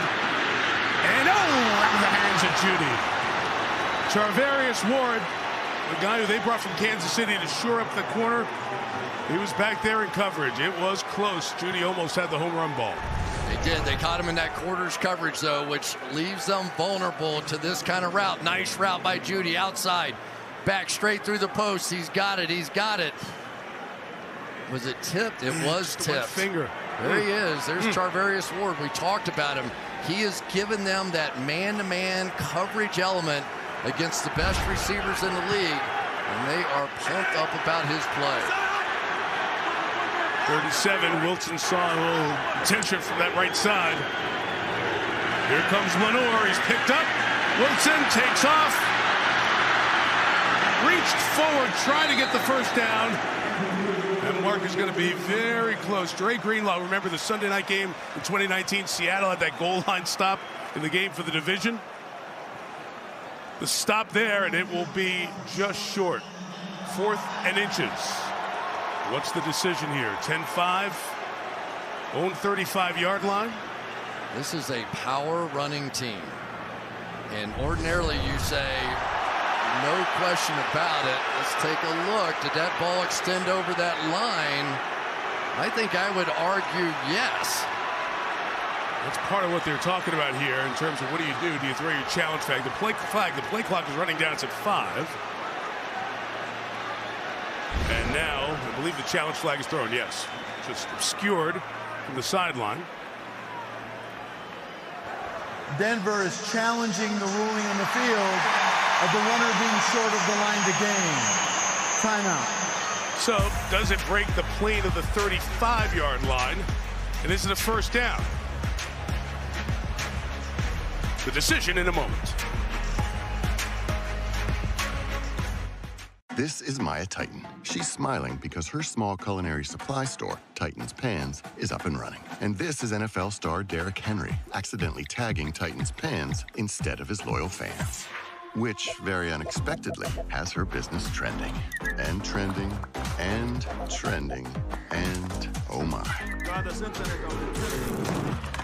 And there goes the internet. Good thing Maya uses FedEx to help prepare for unexpected demand. Because you never know what's next.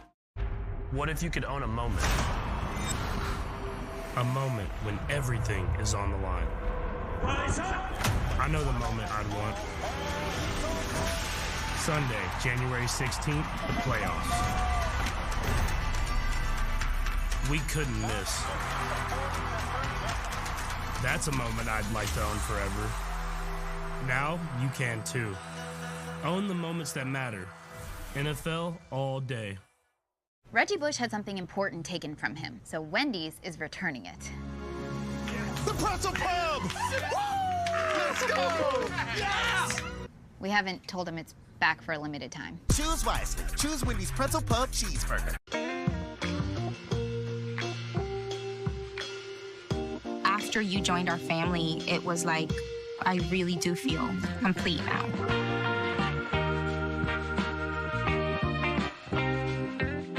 Morning to night. If it happens on Sunday, it's on game day. I pray for these moments. More than 12 hours of coverage. How did he make that happen? Our home is your home. We do this for you. NFL Game Day, only on NFL Network. The NFL returns to London. Vikings. Fires right. Caught. Yeah! Saints. That's a touchdown, New Orleans. It's Sunday Morning Football. Sunday at 9:30 a.m. Eastern, only on NFL Network. Ruling on the field stands. Terry McCauley, bring you in. Why? Al, Mike, this is not a forward progress play. He's falling forward. He's not being held such as forward progress is stopped. So it's going to be the foremost point of the ball when his knee is down. He doesn't get that where he stretches. Like I said, not forward progress. So it's not like the goal line there. It is not like the goal line. It's the foremost point of the ball when his knee's down. So they lose the challenge. They lose a timeout. Since they lost the challenge in the first half, they're out of challenges for the balance of the quarter until we get to the 2-minute warning, and then it all happens from upstairs. Thank you, Terry.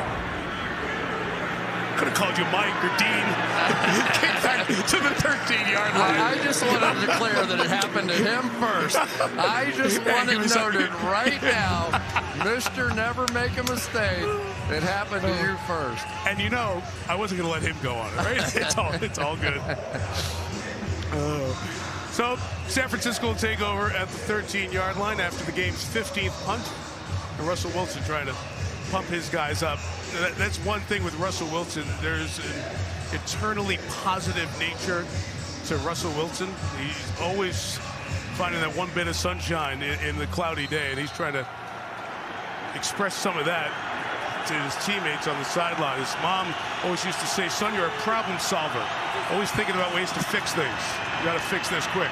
The 13, the corner pressure came. Garoppolo throws to Juszczyk, putting the toes down.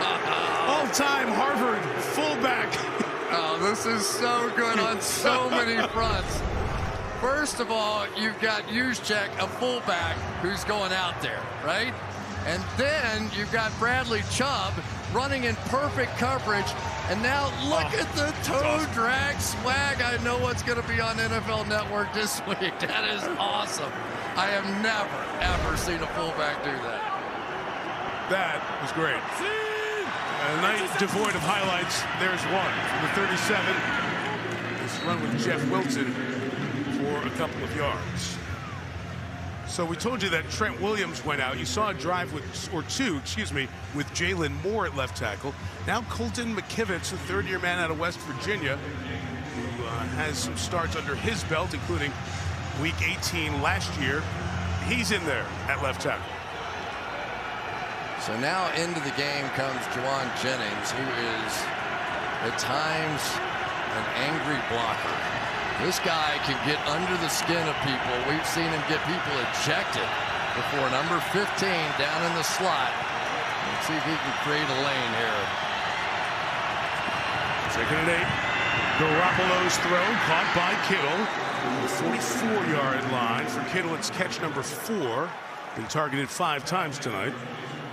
But nothing very deep. Yeah, this is really what's been missing here so far, because when George Kittle is completely right, you put him on one side. That time they had Debo over on that same side, create some one-on-ones, and he's going to be the guy. You just wonder now that they're starting to get it going again, and Jimmy Garoppolo is starting to get that feeling with his old favorite target again. DJ Jones out of the lineup the last few series for Denver, being evaluated for a head injury. So their great defensive tackle inside isn't in there. 3rd and 3. Pressure comes. Garoppolo throws. It's broken up. On the back end, another former 49er, K'Wan Williams, was there to knock it away. It's probably the toughest play to try and defend. Man-to-man coverage, this little halfback option. It's a dream scenario, and Garoppolo just missed it. Just threw it behind him. He had it.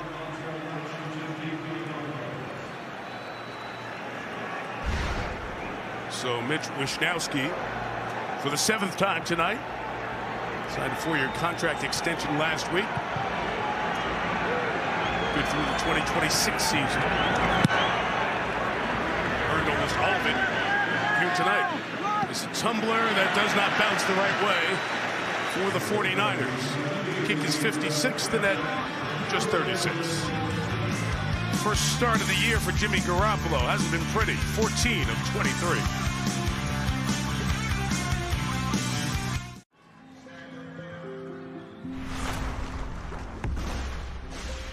Energy is everywhere, even in a little seedling, which, when turned into fuel, can help power a plane. At Chevron's El Segundo refinery, we're looking to turn plant-based oil into renewable gasoline, jet, and diesel fuels. Our planet offers countless sources of energy, but it's only human to find the ones that could power a better future. When you have auto glass damage, let Safelite come to you. My customer enjoys time with her family.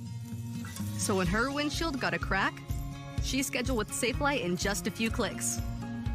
We came to her house, replaced the windshield, and installed new wipers. That's service on her time. Here you go. Wow, thank you. Bye. Don't wait, schedule now. Safelite Repair, Safelite Replace. Want a leg up on your fantasy league? We got to make sure people are locked in. Our experts have all the info you need to dominate your league. This guy is a bona fide stud. NFL Fantasy Live, coming up next on NFL Network. If you watch football on TV, you need Fubo TV.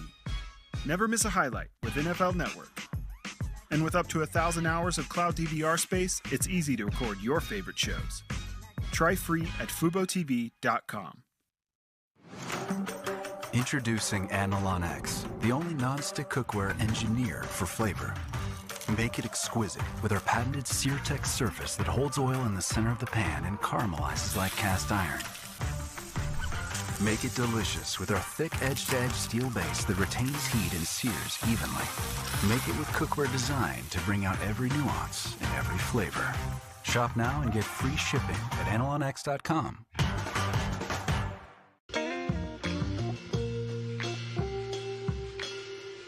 After you joined our family, it was like, I really do feel complete now.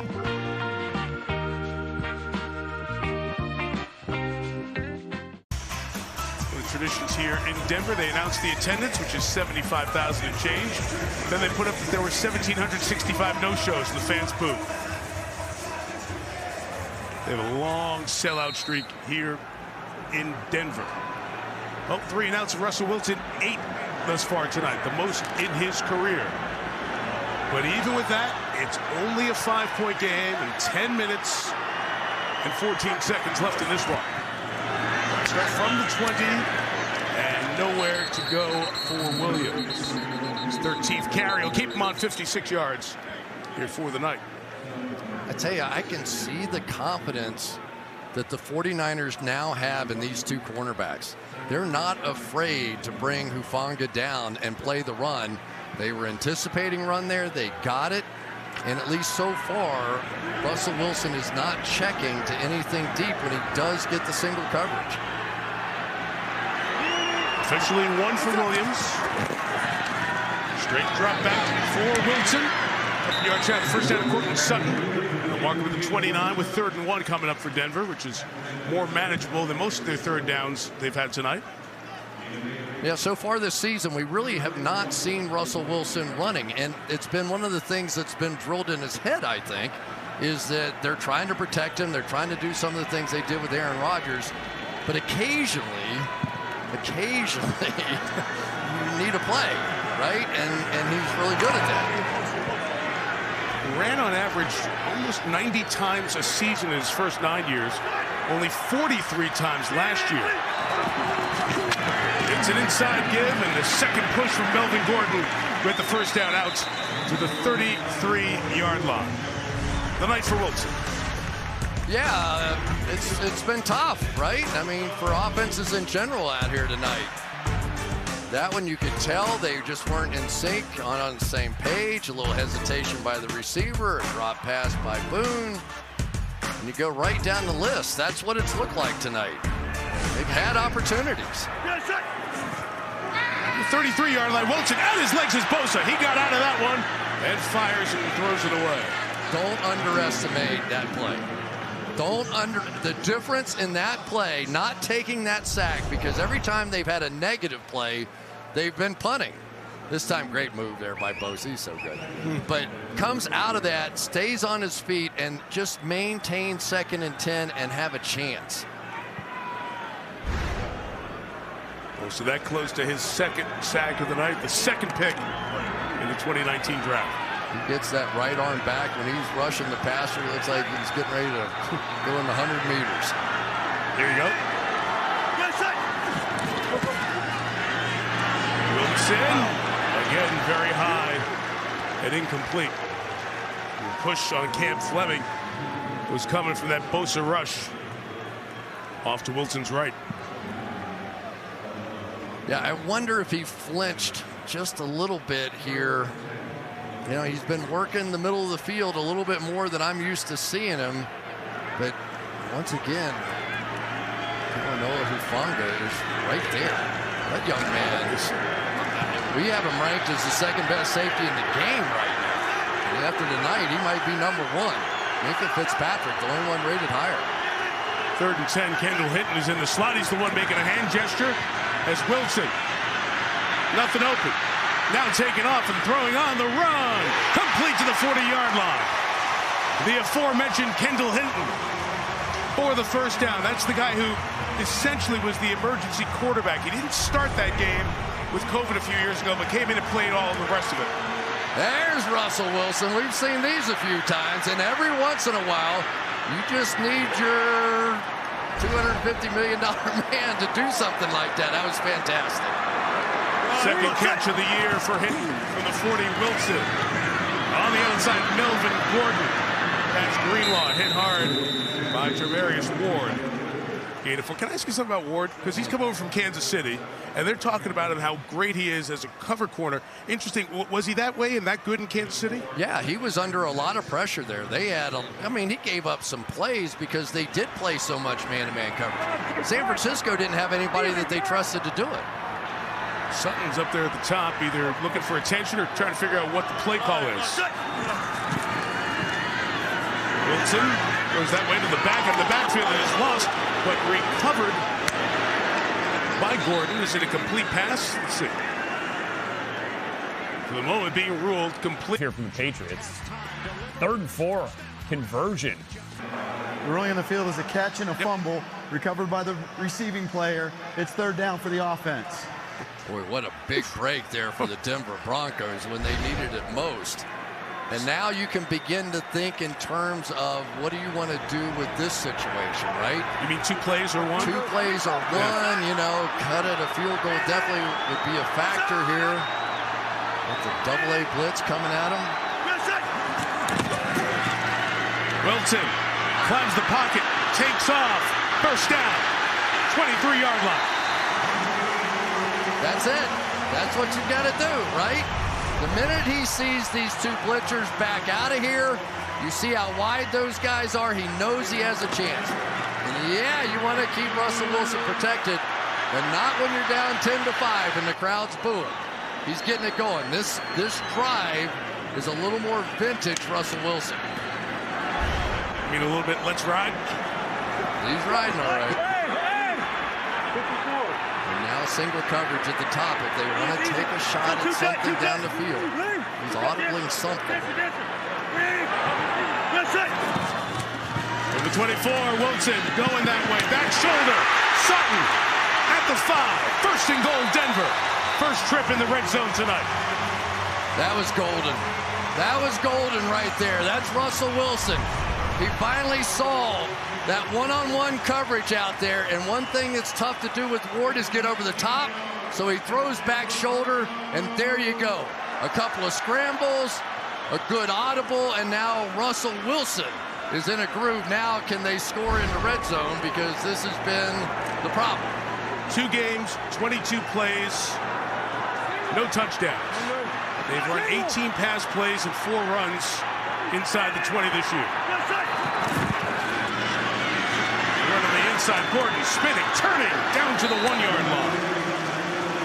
Melvin Gordon here inside the 5. Bring a couple of tight ends and an extra offensive lineman in, as you see how the red zone issues have been a problem. And they've had their 2 turnovers were both fumbles. So after you watch that play, you're thinking, all right, no brainer, we're going to run it at least one more time to see what happens. And I think what you're going to see are the 49ers very tight in their formation.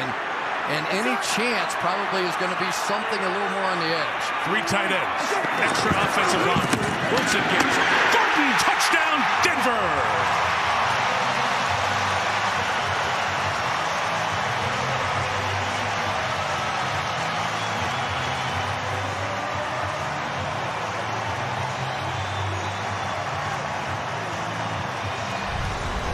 They did everything right? They have the tight split, so you're going to go off the edge. They read it perfectly. That entire drive was just picture perfect, and it was Russell Wilson being Russell Wilson. That's the first time, really, we've seen that, at least so far here tonight. Going for 2 here at 11-10.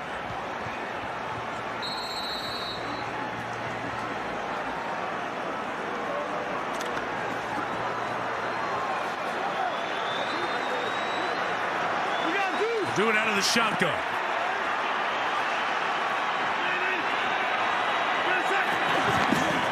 And Wilson for the 2, and the inside gets broken up. Trying to get the little slant to Javonte Williams. Javon Kinlaw's big arm got in the way. Broncos finally score in the red zone. 4:10 to go. Denver 11-10.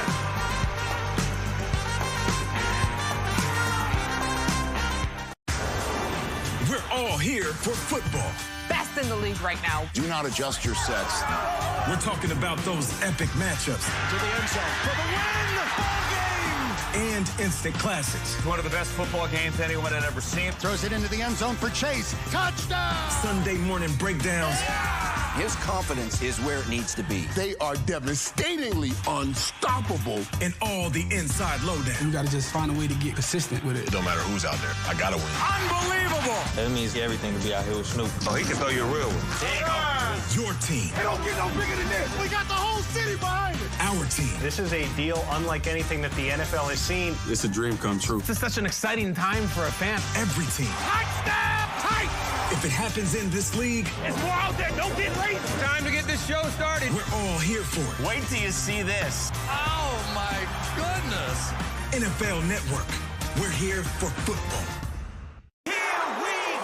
NFL Red Zone gives you every touchdown. It is wild. From every game. Oh, look at this. Sunday afternoon. The deep shot. It is caught. Unbelievable.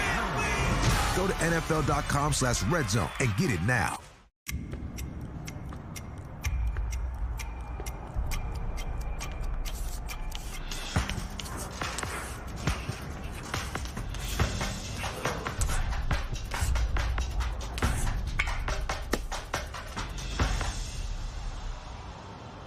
That's the game plan.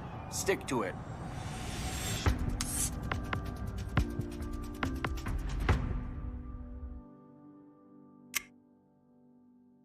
The Pro Football Hall of Fame is the ultimate football fan destination. The Vince Lombardi Super Bowl trophy, the only place in America to see every Super Bowl ring, your chance to see all 362 bronze busts. There is so much more, including a holographic Disney-like theater, the Game for Life, and just 45 minutes south of Cleveland. Purchase your tickets online now.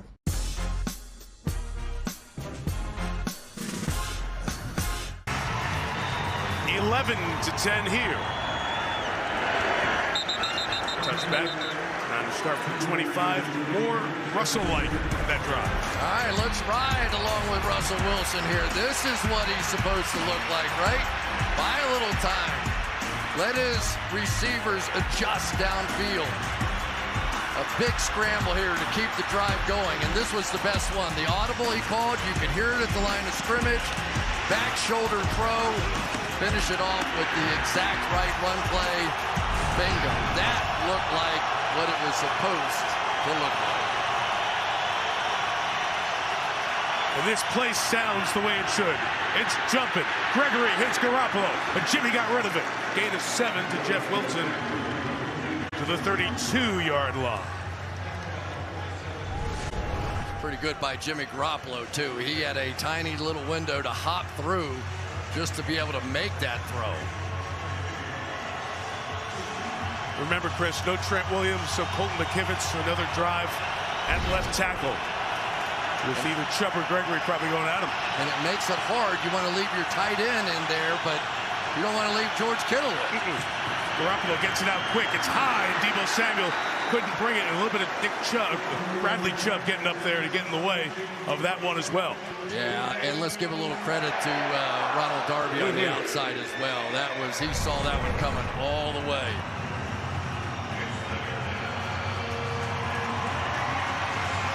Big third down, and this would be an interesting decision whether or not you wanted to try and you could run it twice if you made that commitment.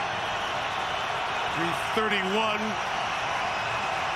Niners full complement of timeouts. Haven't picked up a third down tonight. Empty out of the backfield. Garoppolo's throw is caught by Jawan Jennings. Oh my goodness, what a throw. For the first down at the 37-yard line.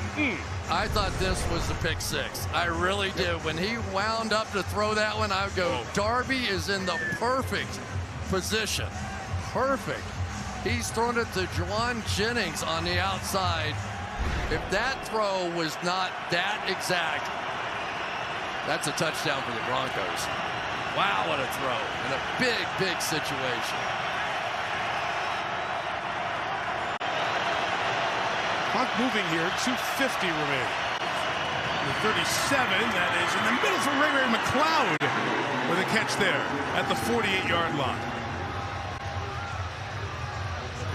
It's interesting, they wound the clock on the sideline after the catch to kind of signal timeout. That was interesting that he went out and the clock was running. We are under 5 minutes. Yeah, it's one of the things this Broncos defense does when they play a slot nickel. Generally, he plays outside edge on the slot receiver, and the 49ers believe they might be able to get inside that for some plays. To the 48-yard line. Denver bringing 4. Garoppolo protected in traffic. It's intercepted. Jonas Griffith on the deflection. Has it for Denver.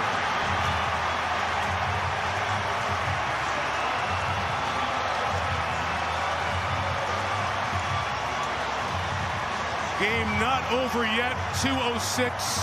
2-minute warning and 3 timeouts.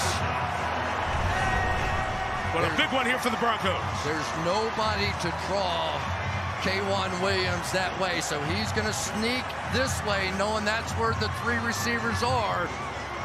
Gets his hands on the ball. That's Kareem Jackson.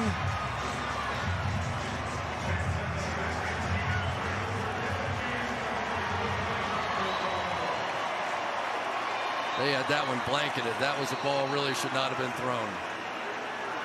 Broncos have personnel issues here. They're subbing guys in and out. Fortunately for them, the play clock had not started. It's just been blown into play as Denver takes over at the 42-yard line. For Griffith, the second-year man, was traded from San Francisco. Comes up with the INT.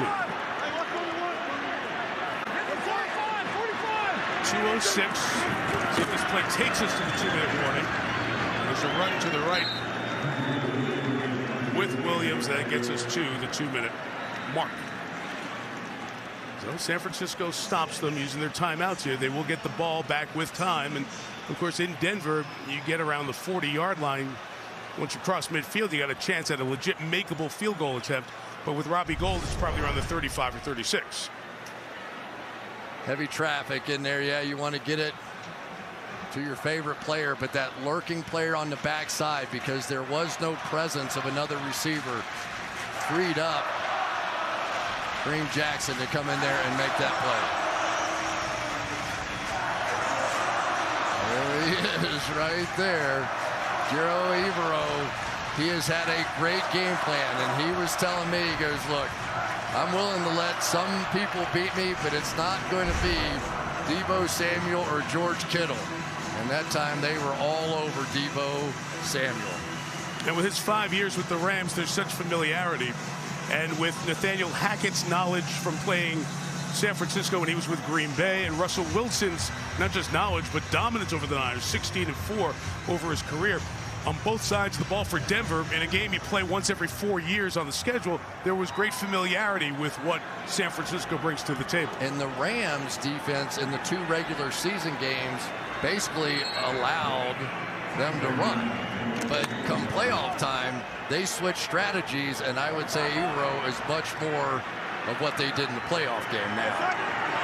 In full complement of timeout to the Niners. 2nd and 9. Toss to Williams. Virtually no gain. Greenlaw and Mosley. Flanagan falls over there for the tackle and stopped at 155. Yeah, and again, the challenge is an issue, right? And so they did burn a timeout, but because of the 2-minute warning, they should be fine if they can make a stop here. It's down to here, you get the stop, and you could end up with a timeout end time. And it's always that 3rd and 9 question. What do you do? Do you throw the ball here on 3rd and 9? Or you just run it, force them to use their timeout, and just give them one less club in their bag to try to come back and win the game? You know, for me, it wouldn't matter. That's so much time. Yep, I agree. You know, there's plenty for a field goal. I'm doing whatever I have to do here. Your quarterback just coming off his best drive of the game. I think you have to trust him. Melvin Gordon is the back. It's 3rd and 9.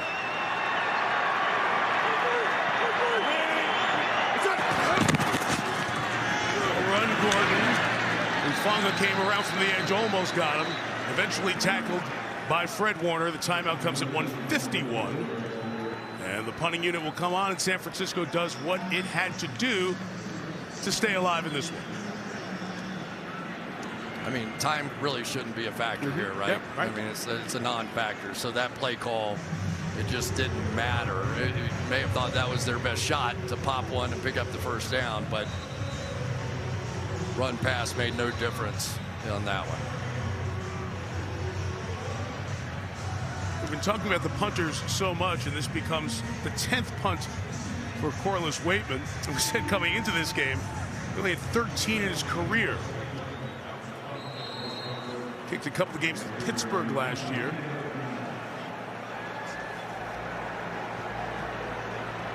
See what the Niners will do, come after him or not. Juwan Jennings got close earlier in the game. Well protected by Denver. Cloud's got some space here at the 10, but he muffed the catch. He's got to get on it at the 15-yard line. Let's see that scramble. Bottom of the pile there. Oh, boy. That was a tough-to-catch wobbler. And it's San Francisco ball.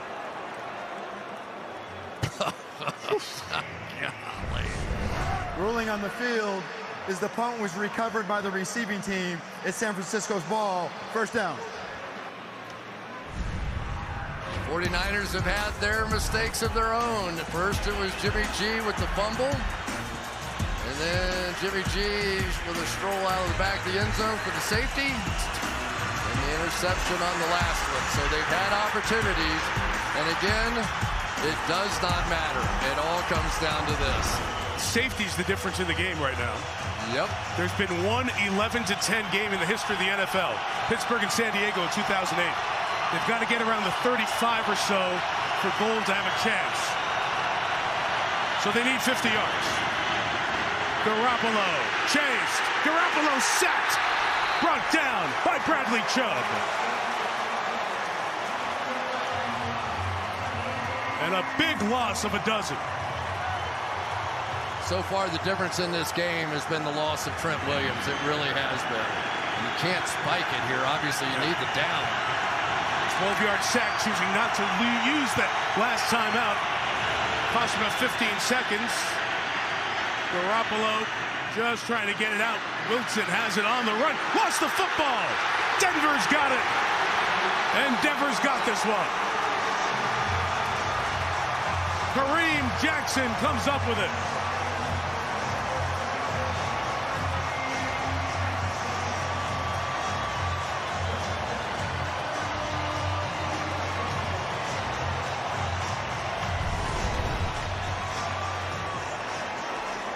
P.J. Locke, the dime.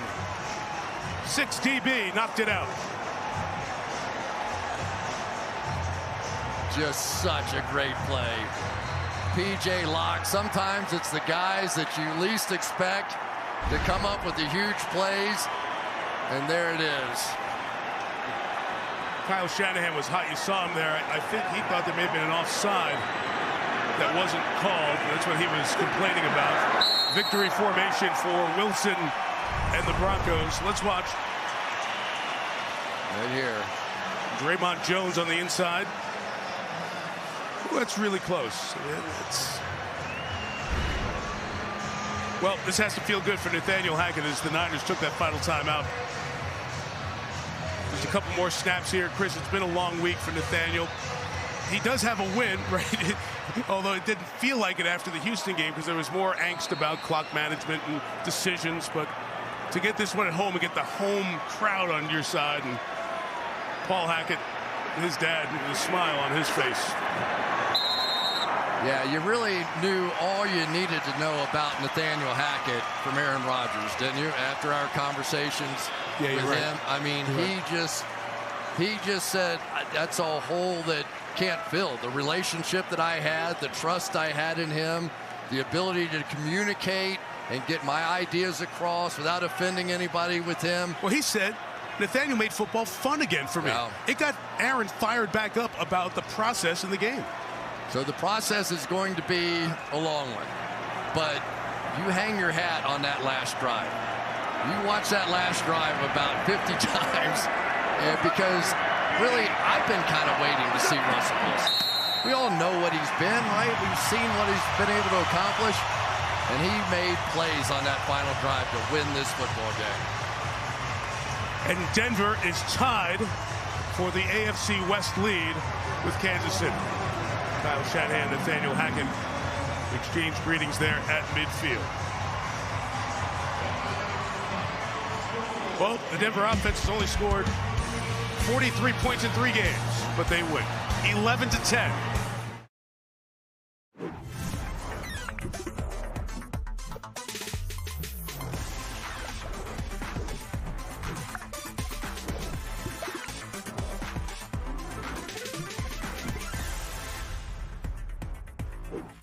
Time for NFL Fantasy Live as we're just hours away from the Cowboys and the Giants wrapping up Week 3 on Monday Night Football right there in East Rutherford at MetLife Stadium.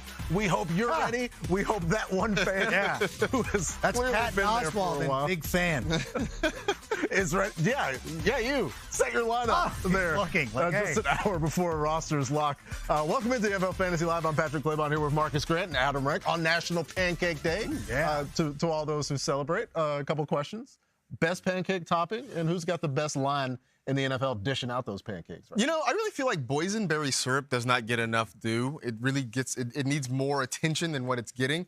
Definitely a sleeper topping. And the best offensive line in the league belongs to the Philadelphia Eagles.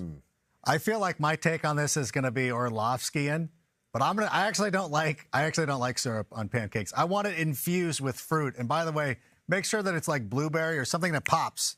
Okay. So it pops, so you know, because sometimes you just get the banana. You could go a half a stack before you're like, wait a minute, there's not a single solitary banana in this. Blueberry, you know immediately. And by the way, the Eagles' offensive line. Yeah, it's unanimous with the Eagles. And as my friend Brad Sherwood told me a long time ago, you know what I like on my pancakes? What?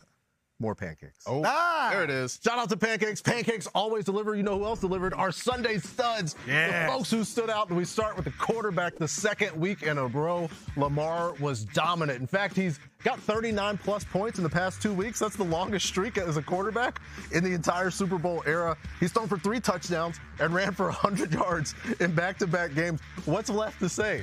Put him in your lineup, and if you have a paycheck and you work for the Baltimore Ravens and you can hand out paychecks, maybe pay this man. It seems like a good idea. I know we talked about this a couple of weeks ago, saying that he is going to dominate the league this season, and it's great to see it. My Sunday stud, though, is going to be Khalil Herbert, and this one's a little bit bittersweet because obviously as somebody who roots for the Chicago Bears, you hope for the long-term help of David Montgomery. We don't have an update for you right yet, but we will, of course, keep you posted as the week goes on. Needless to say, Khalil Herbert needs to be rostered in just about every fantasy league. He was fantastic, close to, or I should say exceeded 30 fantasy points against the Houston Texans. And honestly, the way he runs, it's just a perfect fit for this Bears offense on a team that is probably going to run the ball an awful lot for the rest of the season. So make sure you go ahead and pick him up. I think he's available 96% of NFL.com leagues. He thinks he'll be the top waiver ad, or one of the top. But not in my league. He's been long gone. One of the top waiver ads in fantasy this week. Devontae Smith is already on a lot of rosters, but apparently a lot of people decided to not start him. That was not smart. Last week on Call Me Crazy, I said that both he and A.J. Brown would have 125 yards and a touchdown. So I was sort of wrong because A.J. Brown only had 85 and a touchdown. Then, right? But I'm still taking the humble brag because that's what I'm going to do. This is a great passing game for fantasy. It's explosive, it's efficient, it's narrowly funneled between like 3 guys. And the next couple of weeks, pretty favorable matchups against the Jaguars and the Cardinals. So if you didn't start Devontae Smith, that was your bad this week. You have a chance to make it right next week. Now, speaking of offenses that we know what we're getting from the Raiders, it's all No, it wasn't Devontae Adams. It was Mac Hollins, baby. This guy just gets buckets. Dominating. Like a bucket symbol appears in the sky and Mac Hollins shows up. Like Tony Delk in 2001. Shout out to the 2001 Phoenix Suns, by the way. Yeah, buddy. But, when Mac Hollins gets an opportunity, this is not just random. Mac Hollins had 11 points last week. Now he's had this performance. Maybe keep an eye on Mac Hollins. Also, he absolutely mossed somebody in this 158-yard performance. Keep an eye on Mac Hollins. He's going to get singled up all the time. Low-key, really like him as an ad this week, too, on the waiver wire. But another guy who is, I know, on your rosters, but Marquise Hollywood Brown, who has been such a delight. We talked about this on the Sunday morning show, about how this is the college tandem that never gets talked about. Oh, Derek Carr and Davante Adams. We talk about that at great length. But then here we got Kyler Murray and Marquise Hollywood Brown. People ignored this. And then yet, you know what? He dropped in fantasy drafts, but he has been absolutely fantastic this season. And I expect it to continue. And I even would believe that when DeAndre Hopkins returns, it's not going to factor into this. I think Marquise Hollywood Brown is somebody that needs to be started in your lineups for the rest of the season. Well, if we're going to keep with the college duo theme, I talked about Devontae Smith, so I guess I should talk about Jalen Hurts because they were teammates for a little while, at Alabama. That works. This is a guy who, when we talk about people making the leap, his leap is in progress right now. He's become more efficient as a passer. We knew what he could do as a runner. Second among quarterbacks in rushing yards. More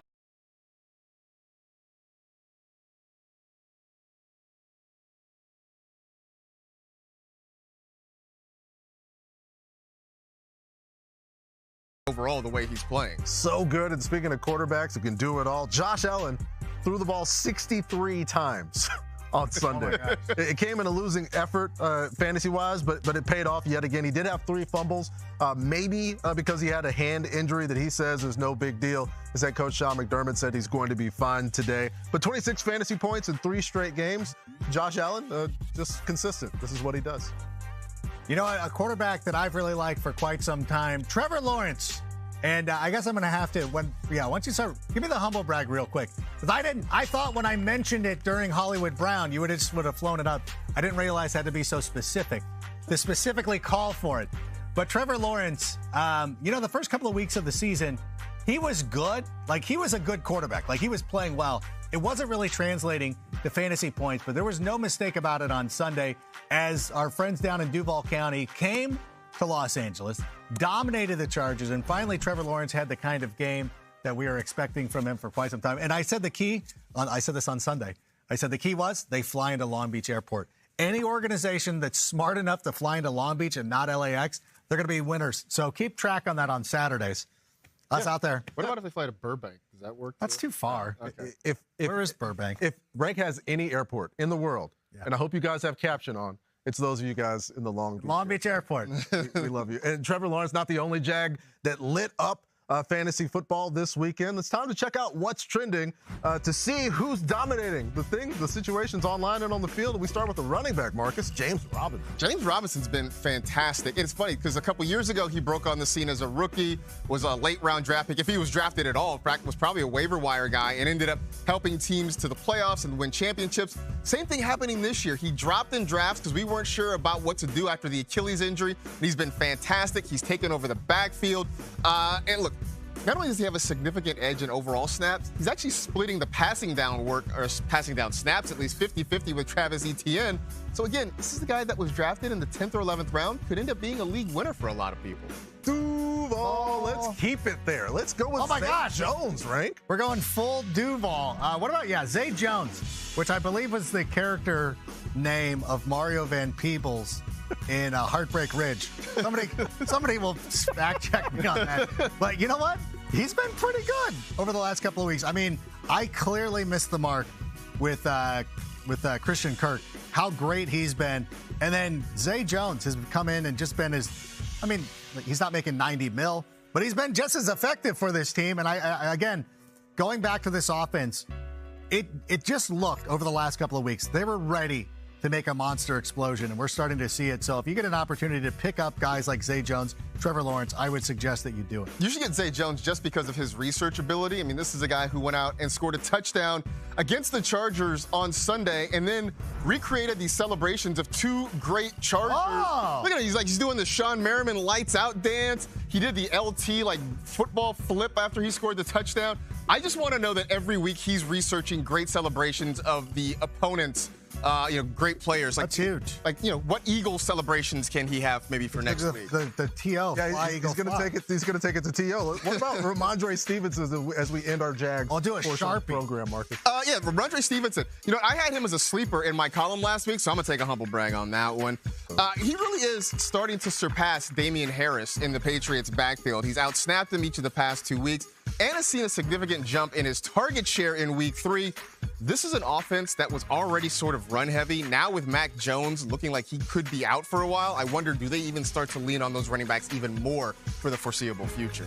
Let's get to a tight end, Rank. How about Dallas Goedert and his performance against the Commanders? It was huge, and I've really liked Dallas Goedert over for the last for this offseason. When I was doing the mock draft Mondays, every time I took Dallas Goedert, the internet mob just showed up. Oh, there's no way this guy's going to score points. What about A.J. Brown? I'm like, yeah, there's plenty of volume to go around. They're going to be fine. And Dallas Goedert's been out there killing it. At least 9 fantasy points in each game this season. Oh, I'm sorry. I'm sorry to all the haters in the YouTube comments. They're punching air because Marcus and I were killing it. I'm so sorry. The internet mob speaks in one voice, and it's normally in the bottom of a YouTube comment section. Actually, and also Stitch Jones. Is Mark Van Peebles' character. Did you look that up? Heartbreak Ridge, absolutely. You got the internet. Stitch Jones. Oh, that's part of the, yeah. You didn't miss he goes to perform. Stitch Jones? And they throw him out of the bar. But now, because you didn't miss our Heartbreak Ridge update, let's get some news from around the league, especially injury news. It's time for In Case You Missed It. Lions running back DeAndre Swift sprained his shoulder in the loss to Minnesota yesterday.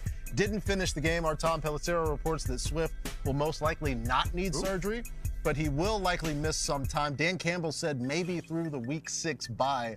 So, Marcus, how confident are you in Jamal Williams that now it's his show for the foreseeable future? I'm pretty confident in him, and I have been advocating to go pick him up off the waiver wire the last couple weeks anyway because he was getting so much of the goal line work.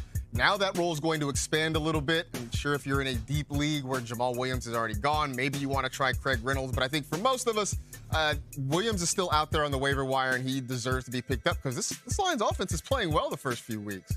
More NFC North running back shoulder news. Vikings star runner Dalvin Cook left the game with a separated shoulder. A recurring issue for Dalvin, and Pelissero reports that he's likely to play next week in London with a harness. So, Rank, in light of this, would you suggest that managers go get Alexander Mattison anyway?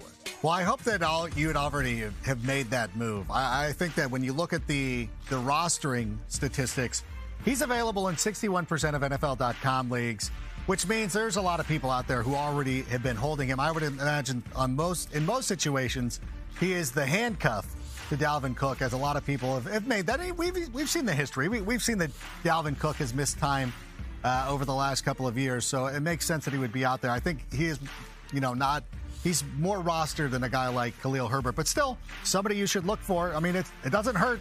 It doesn't hurt to go look and see if he's available, and if so, and especially if you do have Dalvin Cook, you need to add him immediately. Yeah, been a trend the past few years, and Marcus, you mentioned earlier more specifics on the injury for Patriots quarterback Mac Jones. Hobbled off the field late in the New England loss to the Ravens. A source tells our own Mike Giardi it's a pretty severe high ankle sprain, which could necessitate surgery, and that would put Brian Hoyer in the driver's seat for several weeks. So, MG, what do we do here with the Patriots offense? I think we're just sort of fading everybody, which is tough because it looked like the Patriots receivers were starting to come into their own, but now I'm staying away from them. All right, so we do have some positive injury news, and this is coming from the Saints off of their loss to Carolina. Ian Rappaport reporting neither Michael Thomas or Jarvis Landry's injuries are expected to be serious. Thomas's toe injury on the opposite foot from the one he had surgery on. Both traveled to London with the team. They should be good to go in week 4. And you know who else is in London this week? That would be the folks on Good Morning Football. Jamie, Kyle, Peter, and Jason are broadcasting all week from the UK, leading up to the first of 5 international matchups this season, the Saints and Vikings, Sunday, 9:30 a.m. Eastern, exclusively right here on NFL Network as well as NFL Plus. When we come back, Adam Rank shares 5 decisions that are not overreactions after week 3. Is he abandoning the Wentz wagon after one poor performance? He'll explain what to do with the Commanders quarterback. But first, it's time for our Monday Night Football Fantasy Preview. 2 of the most accomplished backs of the last half-decade squaring off in East Rutherford. Who will bring glory to our lineups this week? Our answers next on NFL Fantasy Live.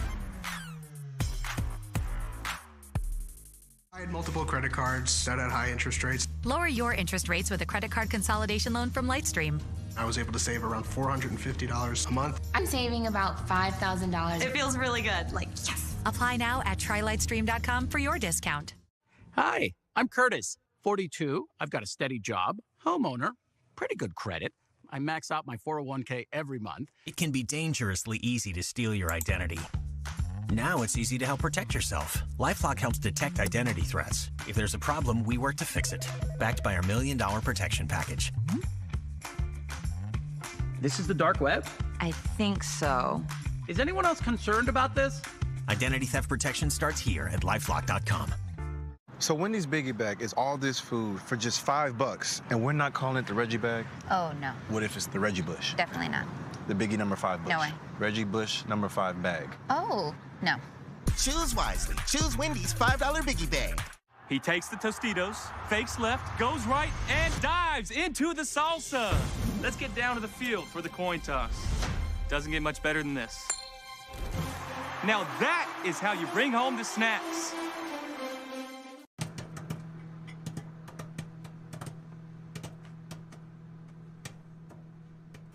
Throw in, it is complete inside the 15, 10, 5, touchdown, Deebo Samuel.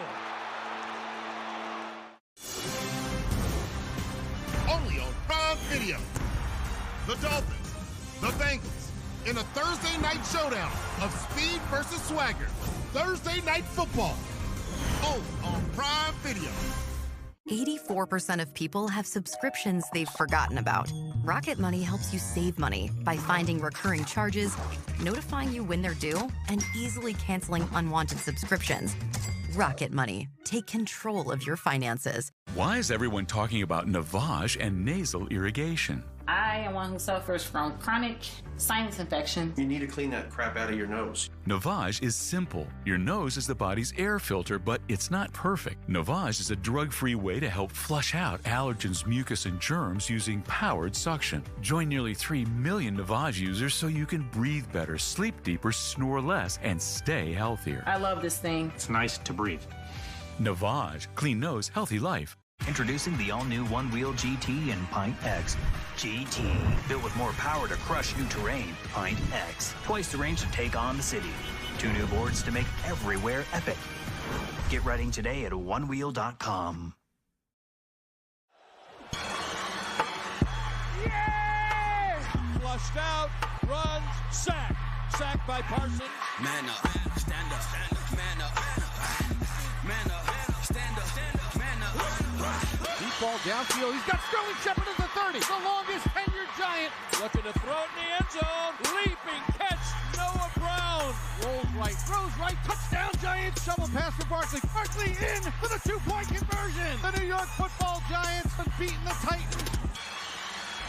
Oh, there's not too many unbeatens in the NFL, and that man, Ezekiel Elliott, trying to knock off the 2-0 Giants on the road in MetLife, rocking Marvin the Martian, and then they're right behind him, just sneaking in. That's Daniel Jones. You wouldn't know it. Noticeable difference in attire between the two of them. Understated Daniel Jones. Hey, it's time to look to the data presented by Intel. CeeDee Lamb, 2 starts with Cooper Rush, He's over 6 receptions per game, almost 100 yards, over 16 fantasy points. But his last 10 with Dak, less than 5 receptions, just around 50 yards and 11 fantasy points. Cooper Rush, better than Dak Prescott, obviously, when it comes science. That's, to CeeDee Lamb. It's just look at the numbers. Yeah, look at the numbers. Look to the data. We're going to give you numbers to look at here with some player projections for Monday Night Football. But CeeDee Lamb, one note, might have to get more targets because Michael Gallup, who's coming back from a torn ACL, not expected to be active tonight. Our Tom Pelissero, as well as our own Jane Slater, saying maybe keep an eye on Week 4 if you're targeting Michael Gallup in his ACL recovery. But we do know some guys are going to play tonight, and we'll start with the guy who's taking the league by storm. Put the team on his back in Week 1. Saquon Asante in full effect. Yep. How many points tonight, Mark? I think it's a big, big night for Saquon. We're going way up here. I was worried about our screen. I was too. I didn't know if we would get all the way over here. But 22.5 fantasy points for Saquon Barkley. It has been that good of a start for him this season. Leads all running backs in snap percentage, 20% target share. Basically, he's on the field a lot, and they're throwing him the football a lot, and they're using him not just as dump-offs and screens, but letting him run a little bit of routes downfield as well. Plus, the explosion is back. In Week 1, he went just over 21 miles per hour, the fastest speed he's hit since before the ACL tear in 2020. Good to have you back, Saquon. Everybody watching at home, a whole lot of people are all on the Tony Pollard train. They don't want Zeke to be successful. Right now, we got a big projection, Marcus, right? For Ezekiel Elliott. He's back. Yeah. Why is it moving so slow? Keep going. There we go. Keep going. This is the floor projection. Like, now, if he gets in the end zone, this is me projecting without a touchdown because so far, the Cowboy offense has not been particularly great. Zeke himself hasn't really been awful. You look at his rushing numbers through the first 2 weeks this year versus the first 2 weeks last year, and they're almost identical. The difference is with him catching the football. He's running a lot fewer routes, and then just the raw numbers. 2 catches for -7 yards. But here's the thing. He hasn't scored 6 points in a fantasy contest all year long. So if he gets to 7, that's a season high. Oh, yeah. 7's actually positive for Zeke. All right, we made our jokes. We want Dak to be back as soon as possible. But CD is playing with Cooper Rush, and there's not a lot of other places to go. What's he going to get? No, I actually think it's going to be a pretty good night for CeeDee Lamb. Let's put him at, where are we going to go? We're going to go 18.5. For CeeDee Lamb. I am actually predicting a touchdown for him, which is going to be a big deal because he hasn't scored one since Week 10 of last season against the Atlanta Falcons. So he's due. He's due, exactly. Everything else is what you want. He's always on the field. He's always running routes. He's getting a ton of targets. At some point, you feel like the touchdowns are going to come. Last year, in 2 games against the New York Football Giants, combined 10 catches for 134 yards and a touchdown. And you mentioned Michael Gallup not likely to play. Dalton Schultz is banged up, and we'll see if he plays. So they got to throw it to somebody. Got to throw it somewhere. The Giants can throw it. They have a quarterback. And if you're wondering why he's not on there, that's because you guys aren't starting Daniel Jones, the 4th most started fantasy player. The Dallas defense. Maybe you're making the commentary on Daniel Jones. Whoa. So how many points for the defense? You know what? I think it's going to be just kind of a fairly pedestrian night. 6 fantasy points for the Cowboys defense. Not great, not terrible. That's sort of what the Cowboys defense has been in fantasy so far this year. Not great, not terrible. They did get after Joe Burrow for 6 sacks last week, but just 1 takeaway so far this season. And the Giants have done a good job protecting the football so far. They've only had 2 turnovers in their first 2 games, so I think it's just going to be sort of run-of-the-mill.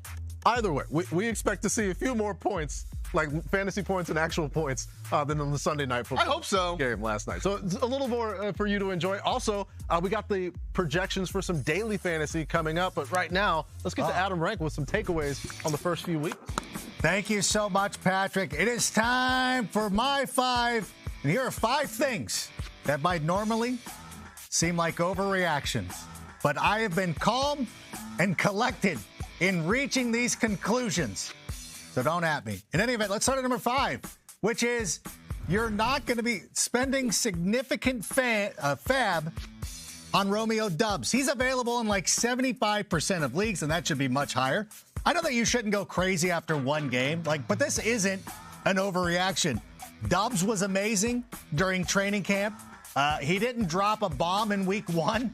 He's been very reliable ever since he joined the Green Bay Packers, and there's a chance that he is going to be a huge part of this Packers offense this season. So I'm telling you right now to buy in. I'm still going to flip these cards, even though I'm not on camera. Number 4, shooting Carson Wentz into the sun. That's right. Oh, you can change the graphic on me. You're like, that doesn't seem appropriate. Listen, this is live television. I can say what I want. But listen, It was a glorious 2 weeks for Carson, an epic run. And honestly, any plan for Carson Wentz that relied on falling behind by 20-plus points every week, which forced him to make a furious rally in garbage time, that seemed like a good idea, much like when Aaron Rodgers talked his buddies into buying crypto. But look, it's time to just go ahead, make the move, and pick up Trevor Lawrence, like I told you a couple of weeks ago. Humble brag. Thank you. I didn't even have to call for it. Also, like starting Trevor Lawrence over Aaron Rodgers might not be a bad idea. Although it's only because Aaron Rodgers is running the football now. It's not. He's still a good player. Don't worry, Esther. All right, number 3. By the way, do we have? Oh, geez. Do we have any water? By the way, can I get a water for a second? But number 3, trading away DK Metcalf. First of all, you probably shouldn't have made this draft pick, but it's tough to resist because he's such a great player. But let's be honest, he's a little too volatile. Some weeks he's going to be there. Up here, listen, I'm still making the hand motions like you can see me. Joel can see me. Sometimes he's up here, and sometimes he's down there. But again, that's fine for your 401k, but not for something important like your fantasy team. So try to sell high, and you're not going to, get your sunk cost done. But you're probably going to need, put him in a pack. You're not going to be able to trade him 1-for-1, but trade him anyways. We're showing the same highlight over and over again. All right, number 2. Gosh, I am crushing it. The one time I'm not on camera, these things are flying. Number 2, no longer making Kenneth Gainwell a thing. Listen, I wanted it to happen. I really did. Like every time that Matthew Perry is in a new sitcom, I want it to work. Like I'm rooting for it. But Mr. Sunshine here is going to get canceled.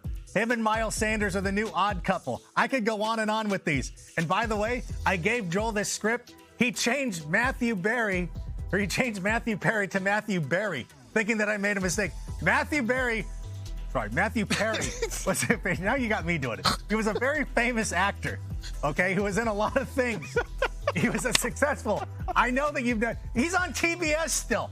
Why do you not know who Matthew Perry is? Why would you make this mistake? In any event, oh, there we go. And number 1. There's not even a drum roll. No, forget it. You ruined it. Not worrying about where you drafted a guy, but just playing your good players. And if you think this is about Allen Robinson, you're right. I have a team that has CeeDee Lamb, Allen Robinson, Hollywood Brown, Deontay Johnson, and Garrett Wilson. Who are the 3 best players in that one? They weren't the guys that I drafted with the first 2 picks. Oh, I'm sitting here. Hey, everybody. Here's the thing. Don't worry. Listen, I know I'm so professional. Don't worry about where you drafted these guys. Just go out there, play your best players. Don't worry about draft capital. When you're sitting there struggling to make a lineup decision, who's your best player? Start that person. And that was number 1. And I am going to lay out. Patrick is going to read the bump. He has a script and everything, which my producer's going to be like, I knew you were going to do that. But Patrick, go ahead. Yeah, when we come back, we have a few, you knew it. We have a few week 3 disappointments like that Matthew Perry legendary sitcom Cougar Town. Rest in peace. He was in this for like 4 episodes. Who's sounding the alarm? Who are we panicking on? It's Panic or Patience. That was Courtney next on. So wait, is Miles Sanders Thomas Lennon? There's one thing everyone wants. We all want the incredible new iPhone 14 Pro now at T-Mobile. And T-Mobile gives you Apple TV Plus included. Get iPhone 14 Pro on us. If you know, you know. Crispy corners, sauce on top. If you know, you know. Detroit style is back at Pizza Hut, just $12.99. You are trouble. No one out-pizzas the Hut. From early morning till late at night, I'm the hardest. It's only worth it if you enjoy it. Michelob Ultra. Come on, Nuggets. With all that IT stuff we gotta do, let's fuel up with some chunky soup. Woo! Woo! Let's go, baby. Fill up with 16 grams of protein per can and chunky spicy chicken noodle. French fries, come on. Lunchtime is your halftime. I want to eat apples and bananas. I need to eat apples and bananas. Why can't I eat apples and bananas? Support the Feeding America nationwide network of food banks to help provide meals to those in need. Join us at feedingamerica.org. Everyone loves an underdog story. You know why? Because it fills you with hope, makes you believe, right? Hold on now. Did you say any team? So now I can bet the overdog for underdog odds? Team Overdog, where you at? Let me hear you. Download the DraftKings Sportsbook app. Bet just $5 to win $200 if your team wins. Action's so good, why bet NFL anywhere else?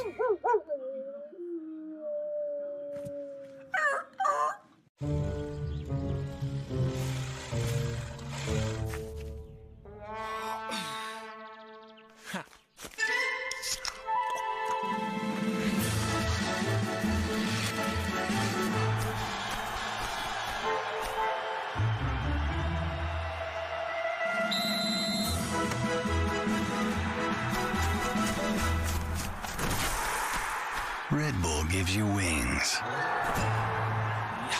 Is that KFC's two-piece drum and thigh combo? Yep. Is it juicy? Uh-huh. Is it creamy? You know it. Is it flaky? Yes. And it's only $6? That's a real steal of a deal of a meal. Wink. KFC's two-piece drum and thigh combo is just $6. You're not gonna get it all right. Just make sure you nail the big stuff. Like making sure your kids are in the right seats for their age and size.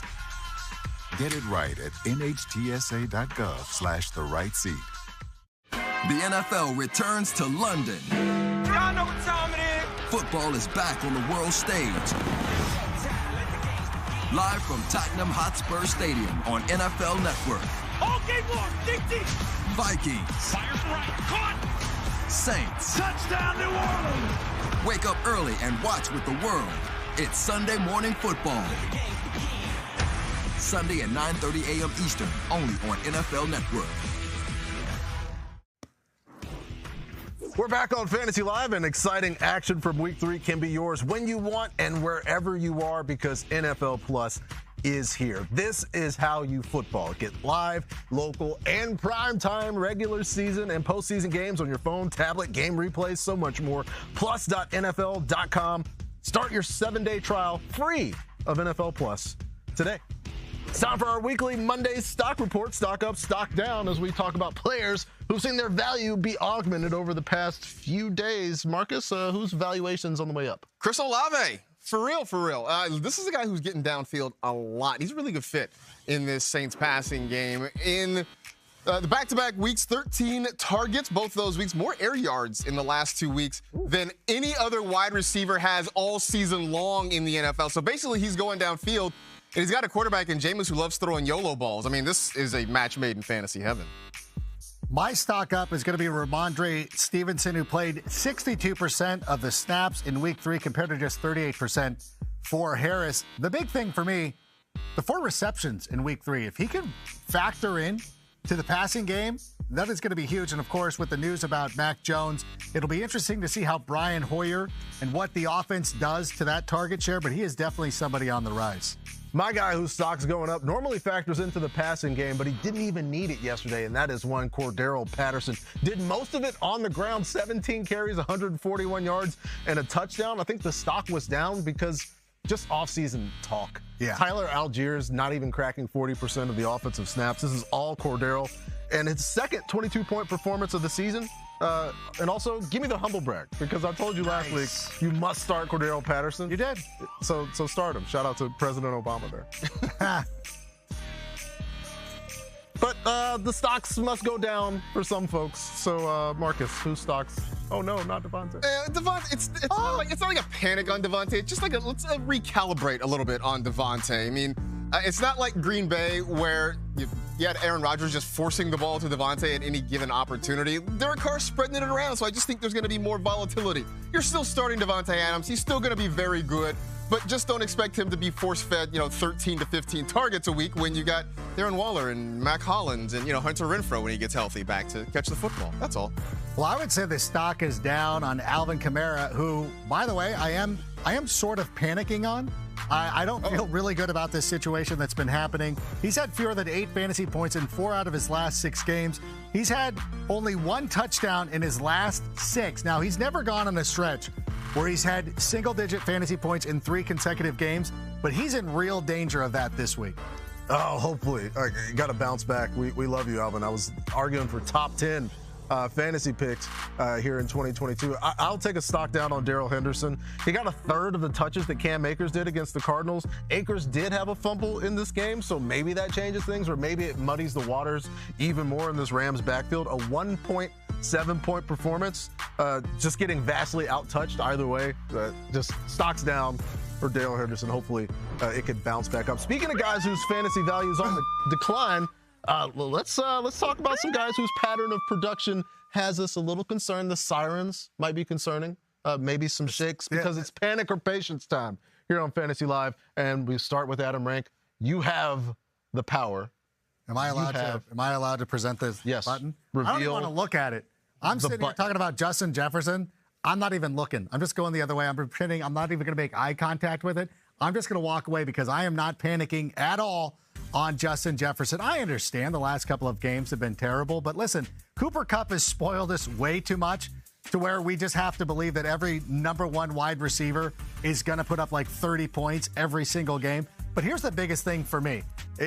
He leads the team in targets, all that stuff. The most important thing, 5 end zone targets this season, the tied for the 4th most in the NFL. The production is going to be there. Everybody just relax. All right, Marcus, you have the panic button. Receiving, DJ Moore, 1 reception, 2 yards yesterday. Not great. Are you panicking?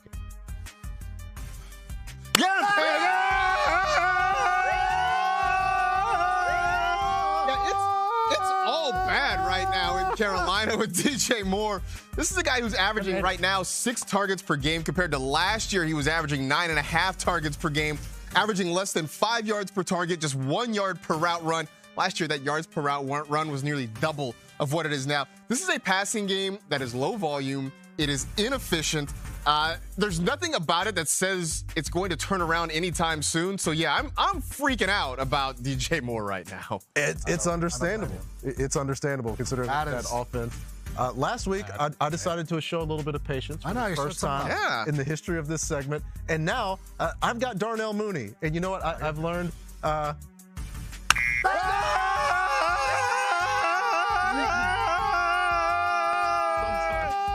Sometimes panic is appropriate. Maybe I should have panicked on Russell Wilson and the Broncos. Honestly, 6 targets, 2 catches, under 5 points in 3 straight games.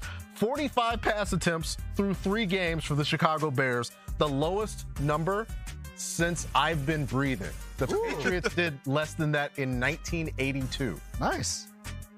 That was a long time ago. Yes, I'm panicking. Coming up, our daily fantasy picks for a winning Monday night lineup. Can either of these quarterbacks be the key to a big DFS night? Another look at Cowboys Giants next on Fantasy Live.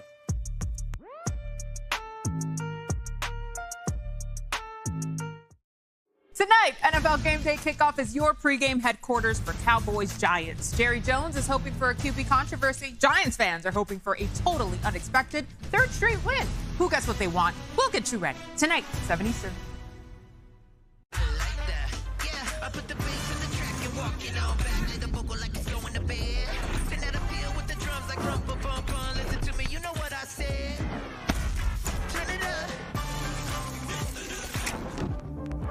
So Wendy's Biggie Bag is all this food for just $5, and we're not calling it the Reggie Bag? Oh, no. What if it's the Reggie Bush? Definitely not. The Biggie number 5 Bush? No way. Reggie Bush number 5 bag. Oh, no. Choose wisely. Choose Wendy's $5 Biggie Bag.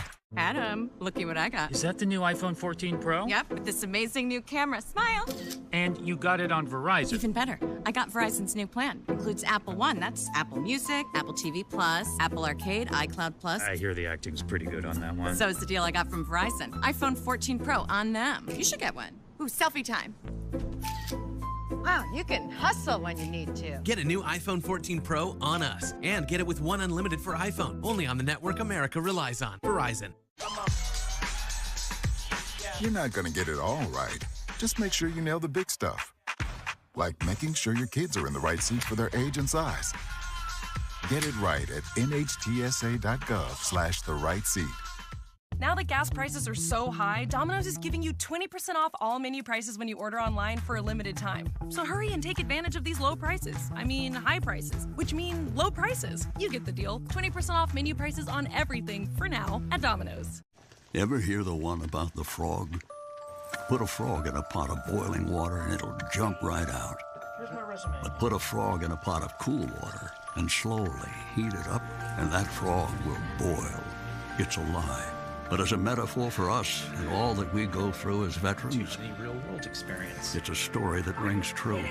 We make excuses for how we feel. We push everything down. We tell ourselves the lie that it's easier to stay in that boiling water, to disconnect. And some days, maybe, it is. But you've never been interested in easy. Reaching out is hard. Do it anyway. You're not alone. You've got this. You are not a frog. Find resources at va.gov/reach. There are 16 million children struggling with hunger in America. This is a serious problem, but one we can solve. Visit feedingamerica.org to help. Together we can solve hunger. Together we're feeding America. We are headed back across the pond. United Kingdom, diehard football fans. GMFB is live from London to get you ready for Sunday's matchup between the Vikings and Saints. Meet us there. Let's go! Good Morning Football live from London tomorrow on NFL Network. Rose. Back here on Fantasy Live, counting down to kickoff, an hour and 36 minutes before that man, Daniel Jones, tries to extend his Giants' unbeaten record thus far. Playing at home against the Dallas Cowboys. Looking forward to that, and we want to make a day of it. Yeah. Some of our daily fantasy picks for Week 3's Monday night matchup. Both Marcus and Rank put together a DFS lineup, having 1 bonus point earning starter and 5 additional flex players. So, Rank, tell us how you put your roster together. Well, for me, I always like to start off with the MVP. I think it's the most important part of it. And so, obviously, some of the other players, I love CeeDee Lamb tonight. Because Cooper Rush is the quarterback, of course. We all know this. Daniel Jones, the aforementioned Daniel Jones, I'm willing to take a chance on. But really, it all came down to Tony Pollard for me. We saw last week when he's really given an opportunity, he is the best running back on the Dallas Cowboys. Everybody sees it. Opposing defensive coordinators see it. The only guys who don't seem to see it are the Cowboys organization itself, which still wants to put Ezekiel Elliott out there. Regardless, I'm still going to go with him. I still think that that's the best chance to win. I think that when you get into a game and we need to win, you end up just focusing on your best player. I mean, it makes sense, and I know everybody loves Tony Pollard. So I did get him into my lineup as well, but went a little bit of a different route with my captain spot. I actually decided to go the kicker route, and I gave Brett Maher. I gave Brett Maher my captain spot, so he's going to be the guy getting me all these bonus points here. But I was able to, once I did that, I was able to kind of spend up in some other places. But one guy that I kind of went a little bit weird on, I went Kenny Galladay. Crazy. What? I know, right? And shout out to whoever put this highlight reel together, because find highlights. They didn't have a whole lot to work with this year. Look, Kadarius Toney is doubtful for tonight. Through the first 2 weeks, the target distribution has made very little sense for the Giants. Plus, I'm going with the squeaky wheel theory, where you had a salty Kenny Galladay complaining in front of his locker. Maybe that gets him some more targets, but also it allowed me to spend up to get Saquon, CeeDee Lamb, get Tony Pollard in there, and also went with Noah Brown, who, with so many other guys injured for the Cowboys. Oh, good call. He did get some targets last week. Maybe he gets some more this week as well. I love it. You put a kicker in the MVP. We didn't react at all. It was Kenny Galladay. It's like, what? Jonathan Taylor's fantasy managers understandably frustrated to see their first pick outscored by Samaje Perine or Ramondre Stevenson on Sunday. So join us for our weekly fantasy group therapy session coming up next.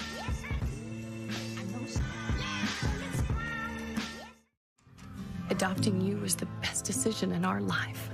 And I am so proud to call you my son.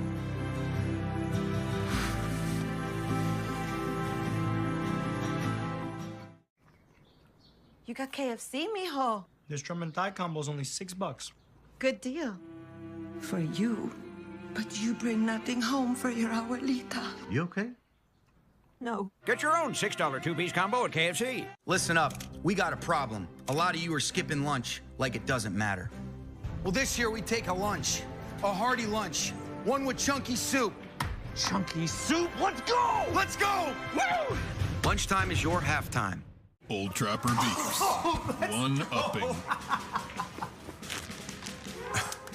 I'm a big Old Trapper fan. Not bigger than me. I love Old Trapper. I love how tender it is. Don't forget the wood smoke flavor. What about the clear bag? That shows you exactly what you're getting. Savory beef. Quality ingredients. I'm their biggest fan. Old Trapper, what's your beef? Will you sign my bag and my tattoo? Stop by the Pro Football Hall of Fame store, just like Hall of Famers, for exclusive Hall of Fame gear. Make your friends and family Hall of Famers. With all 32 teams in the store, there's something for everyone. Open 7 days a week and no admission to come and shop. Stop in today. Or visit us online at profootballhof.com/store. There's one thing everyone wants. We all want the incredible new iPhone 14 Pro now at T-Mobile. And T-Mobile gives you Apple TV Plus included. Get iPhone 14 Pro on us.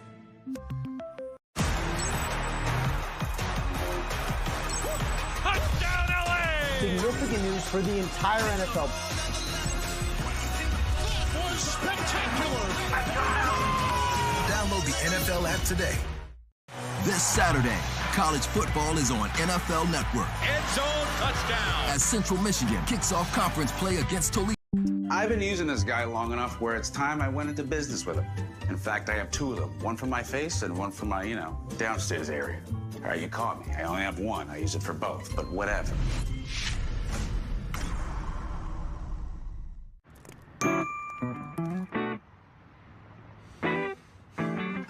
Easy credit building, early payday, fee-free overdrafts. Thank you. It's banking the way it should be. Chime, the #1 most loved banking app. At Men's Warehouse, we'll help you look your best for wedding season. We'll help groomsmen look more groomed, proud fathers look more proud, officiants look more official, and best friends look better than ever. Men's Warehouse. Love the way you look.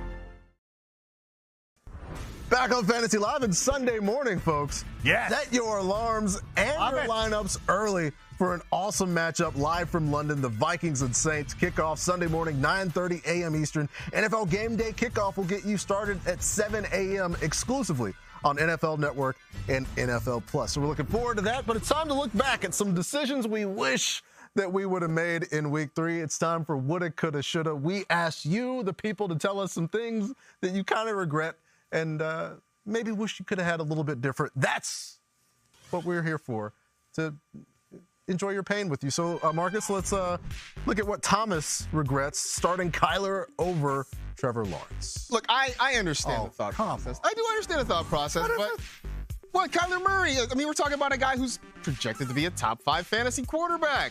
And, you think he's going to run the football a little bit more, even against a good Rams defense. It was a bad day. But, now you have a dilemma, because now Trevor Lawrence is good and you have Kyler Murray. So now you really have a dilemma. Great one. Good luck. All right, Dak Tassidi, who hated our segment earlier, looking at benching Olave, Brees, and Ramondre in 3 different leagues. Oh, yeah. Sorry about your luck. Look, the whole Brees Hall thing, I think is going to be hard to figure. I know people are getting excited about him because he played more of the snaps. I just think Michael Carter is going to be there all year, and it's just going to be a hard backfield to figure. So you're going to continue to have weeks where you can't figure out Brees Hall. Let's go to Dan. It's Dan the Man Fessler. Says he put in Logan Thomas for David Njoku. Well, first off, are we sure this isn't some weird combination of the ATN guys like Dan Hansless and Mark Sessler? Yeah. Like, running a burner account or whatever. Look, shout out to David Njoku and shout out to Jacoby Brissett, who's been really good the first few weeks of the season. I'll say this. The Falcons are on the schedule next week for the Browns, so I would definitely start David Njoku over Logan Thomas. And finally, from history with Mr. Z, sitting Dameon Pierce for James Conner. He had a hunch this would be the matchup, and Conner might be limited. Should have went with my gut. Yeah, you usually should kind of go with your gut. First off, though, does this mean like you have a history class with someone named Mr. Z, or you and Mr. Z have beef and you just aren't willing to let it go yet? But either way, Dameon Pierce, I think, is really making a case to be in starting lineups more and more often. And with James Conner being beat up, it was probably a better idea to start Pierce yesterday. Yeah, but there's always next week. There's always next week for you guys to make better decisions. Sometimes you get a little frustrated. And, maybe like former national championship quarterback Ken Dorsey, a current Bills offensive coordinator. You smash everything. And you really make sure to get the tablet in there. Look at the way he grinds the tablet into the ground. Break it all. This is when you throw the controller and then you pull the plug out of the wall and the Xbox just shuts off all of a sudden. So if you were doing this because a certain coach elected to give another player a chance versus your player, then what do we have for you? It's a chance for our favorite moments of the week with Adam Rank. Oh, my gosh. Thank you so much, Patrick. That's right. This week or every week, we celebrate those unheard of players who rob precious fantasy points from the dudes we actually started. It's a tearjerker from a couple of curtain jerkers in a segment we like to call That Helps No One. And we're going to start this week in Indianapolis, where Jonathan Taylor was the undisputed 1.01 draft pick amongst all formations, all leagues, everything. So what happens? They get near the goal line with one of the best offensive lines in football. Let's roll it right there. There's Jonathan Taylor, and he's close. He's close. Why do we not have GPS? Why is some dude 25 yards away running in? You can't see. Clark's good, but that's okay. It's fine. It's Jonathan Taylor. Great offensive line. Why is he in shotgun? Michael Pittman, right? Michael Pittman might have been a little bit acceptable. It was Jelani Woods, the undrafted Jelani Woods, a guy you probably never heard of. But here we make good on Jelani Woods. Well, you know what, Matt Ryan? I'm glad you lost the Super Bowl now. I'm glad, in retrospect, that you lost that good. And Jelani Woods, you're now my least favorite Woods. No, second. Because that helps no one. Now that the TV's on, nobody can. Anyways, let's go to Carolina. Christian McCaffrey, whatever. But what about DJ Moore? DJ Moore, who's up here somewhere. You know what? When they talk about a DJ being on the ones and twos, that's the point production of DJ Moore. Let's roll the tape. Oh, by the way, Dan Orlovsky, is this a run or pass? Tell us. Blow up the Panthers coaching staff. But nope, here it is. DJ Moore gets the dump off. That's okay. Like, we've been waiting for that. Wait, 15. That is Laviska Shenault. Laviska Shenault, as in, you shall not get any more fantasy points because that helps no one. Great tweet there, Alex Wilk. There. Hey. Oh my God, that was an all-timer. Let's go to Tennessee. Not exactly Houston, the epicenter, but the Titans were once in Houston. It makes sense. But anyways, here's Ryan Tannehill. There's Derrick Henry. Let's do the right thing. I don't like being in shotgun, but whatever. Hand the ball to Derrick Henry, and then we'll all go home happy. But nope, he's got to go RPO. Ryan Tannehill's got to go all RPO. Ryan Tannehill. Nobody would have played Ryan Tannehill except for Marcus Grant. I played him. Except for Marcus Grant. Don't give him a humble brag. Don't give him a humble brag. No. Woo. Get it off the screen, please. Who is that? Jeff Swaim. Jeff Swaim. Swam, as in I'm drowning in points that are helping nobody because that helps no one. And finally, Geno Smith. Oh, Geno Smith. They wrote him off.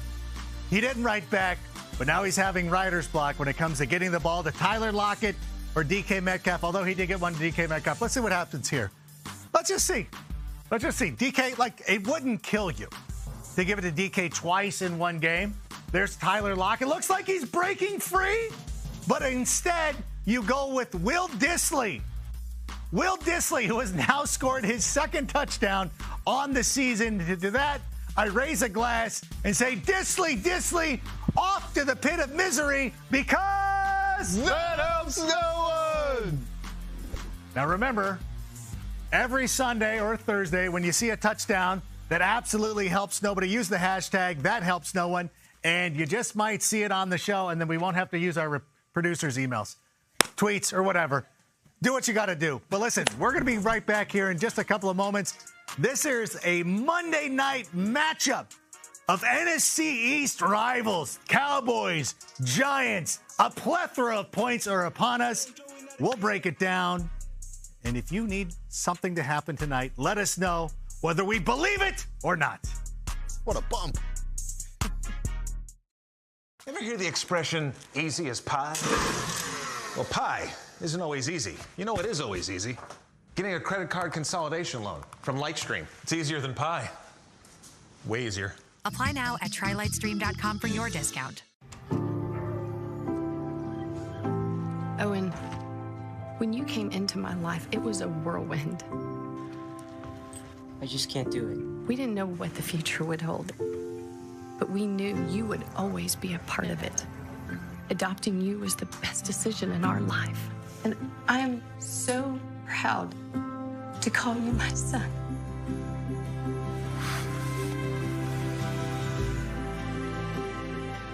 If you know, you know.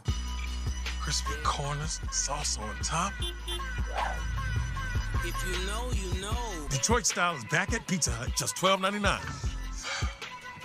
You are trouble. No one out-pizzas the Hut. I've been pushing just a little. It's only worth it if you enjoy it. Michelob Ultra. Thousands of families affected by disasters urgently need support. You can help the American Red Cross provide help and hope to families when they need it most. Please donate today to Red Cross Disaster Relief to help people affected by disasters big and small. Go to redcross.org/NFL today. Your support is critical. We can't do it without you. Is it okay to call you Mom? Of course you can.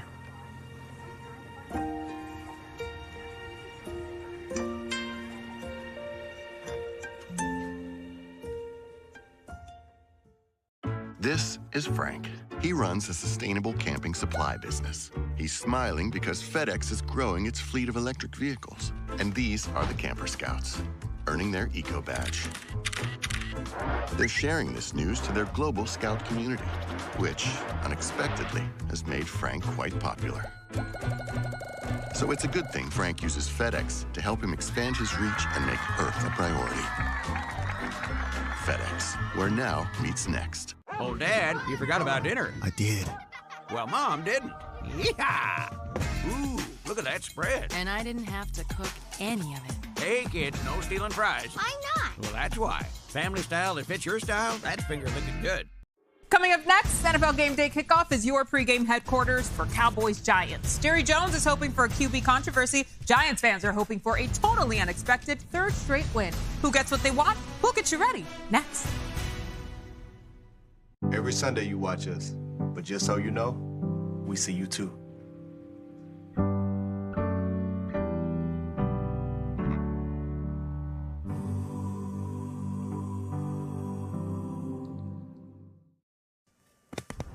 We have returned here on NFL Fantasy Live, and we're looking forward to Monday Night Football. There's Cooper Rush. A note for you. There'll be no Michael Gallup, no Dalton Schultz for him, but Cooper Rush. CeeDee Lamb for the moon. CeeDee Lamb. And folks, also at the top of the hour, Game Day Kickoff. Mooch, David Carr, Willie McGinnis, the rest of our crew get you set for the Cowboys and the Giants. That comes up right after us on NFL Network. In the meantime, in between times, it's time for Believe It or Not. You told us the things that you need to happen tonight specifically to win your fantasy football matchups, and now we're going to tell you if they're actually going to happen. A chance for hope, Marcus. The first one goes to you. Kimberly Prater says she needs 30 points from Mr. Dimes. Do you believe it? Does he get to play 2 games tonight? No. Oh, come on. I'm going to go with, I'm sorry about your luck, Kimberly. Look, what? I should have looked up. I don't know how many 30-point games Daniel Jones has in his career. I'm going to guess probably the same number that I do. So, oh, my gosh, no. I just don't think this is going to be a high-scoring enough game. You can run. I mean, okay.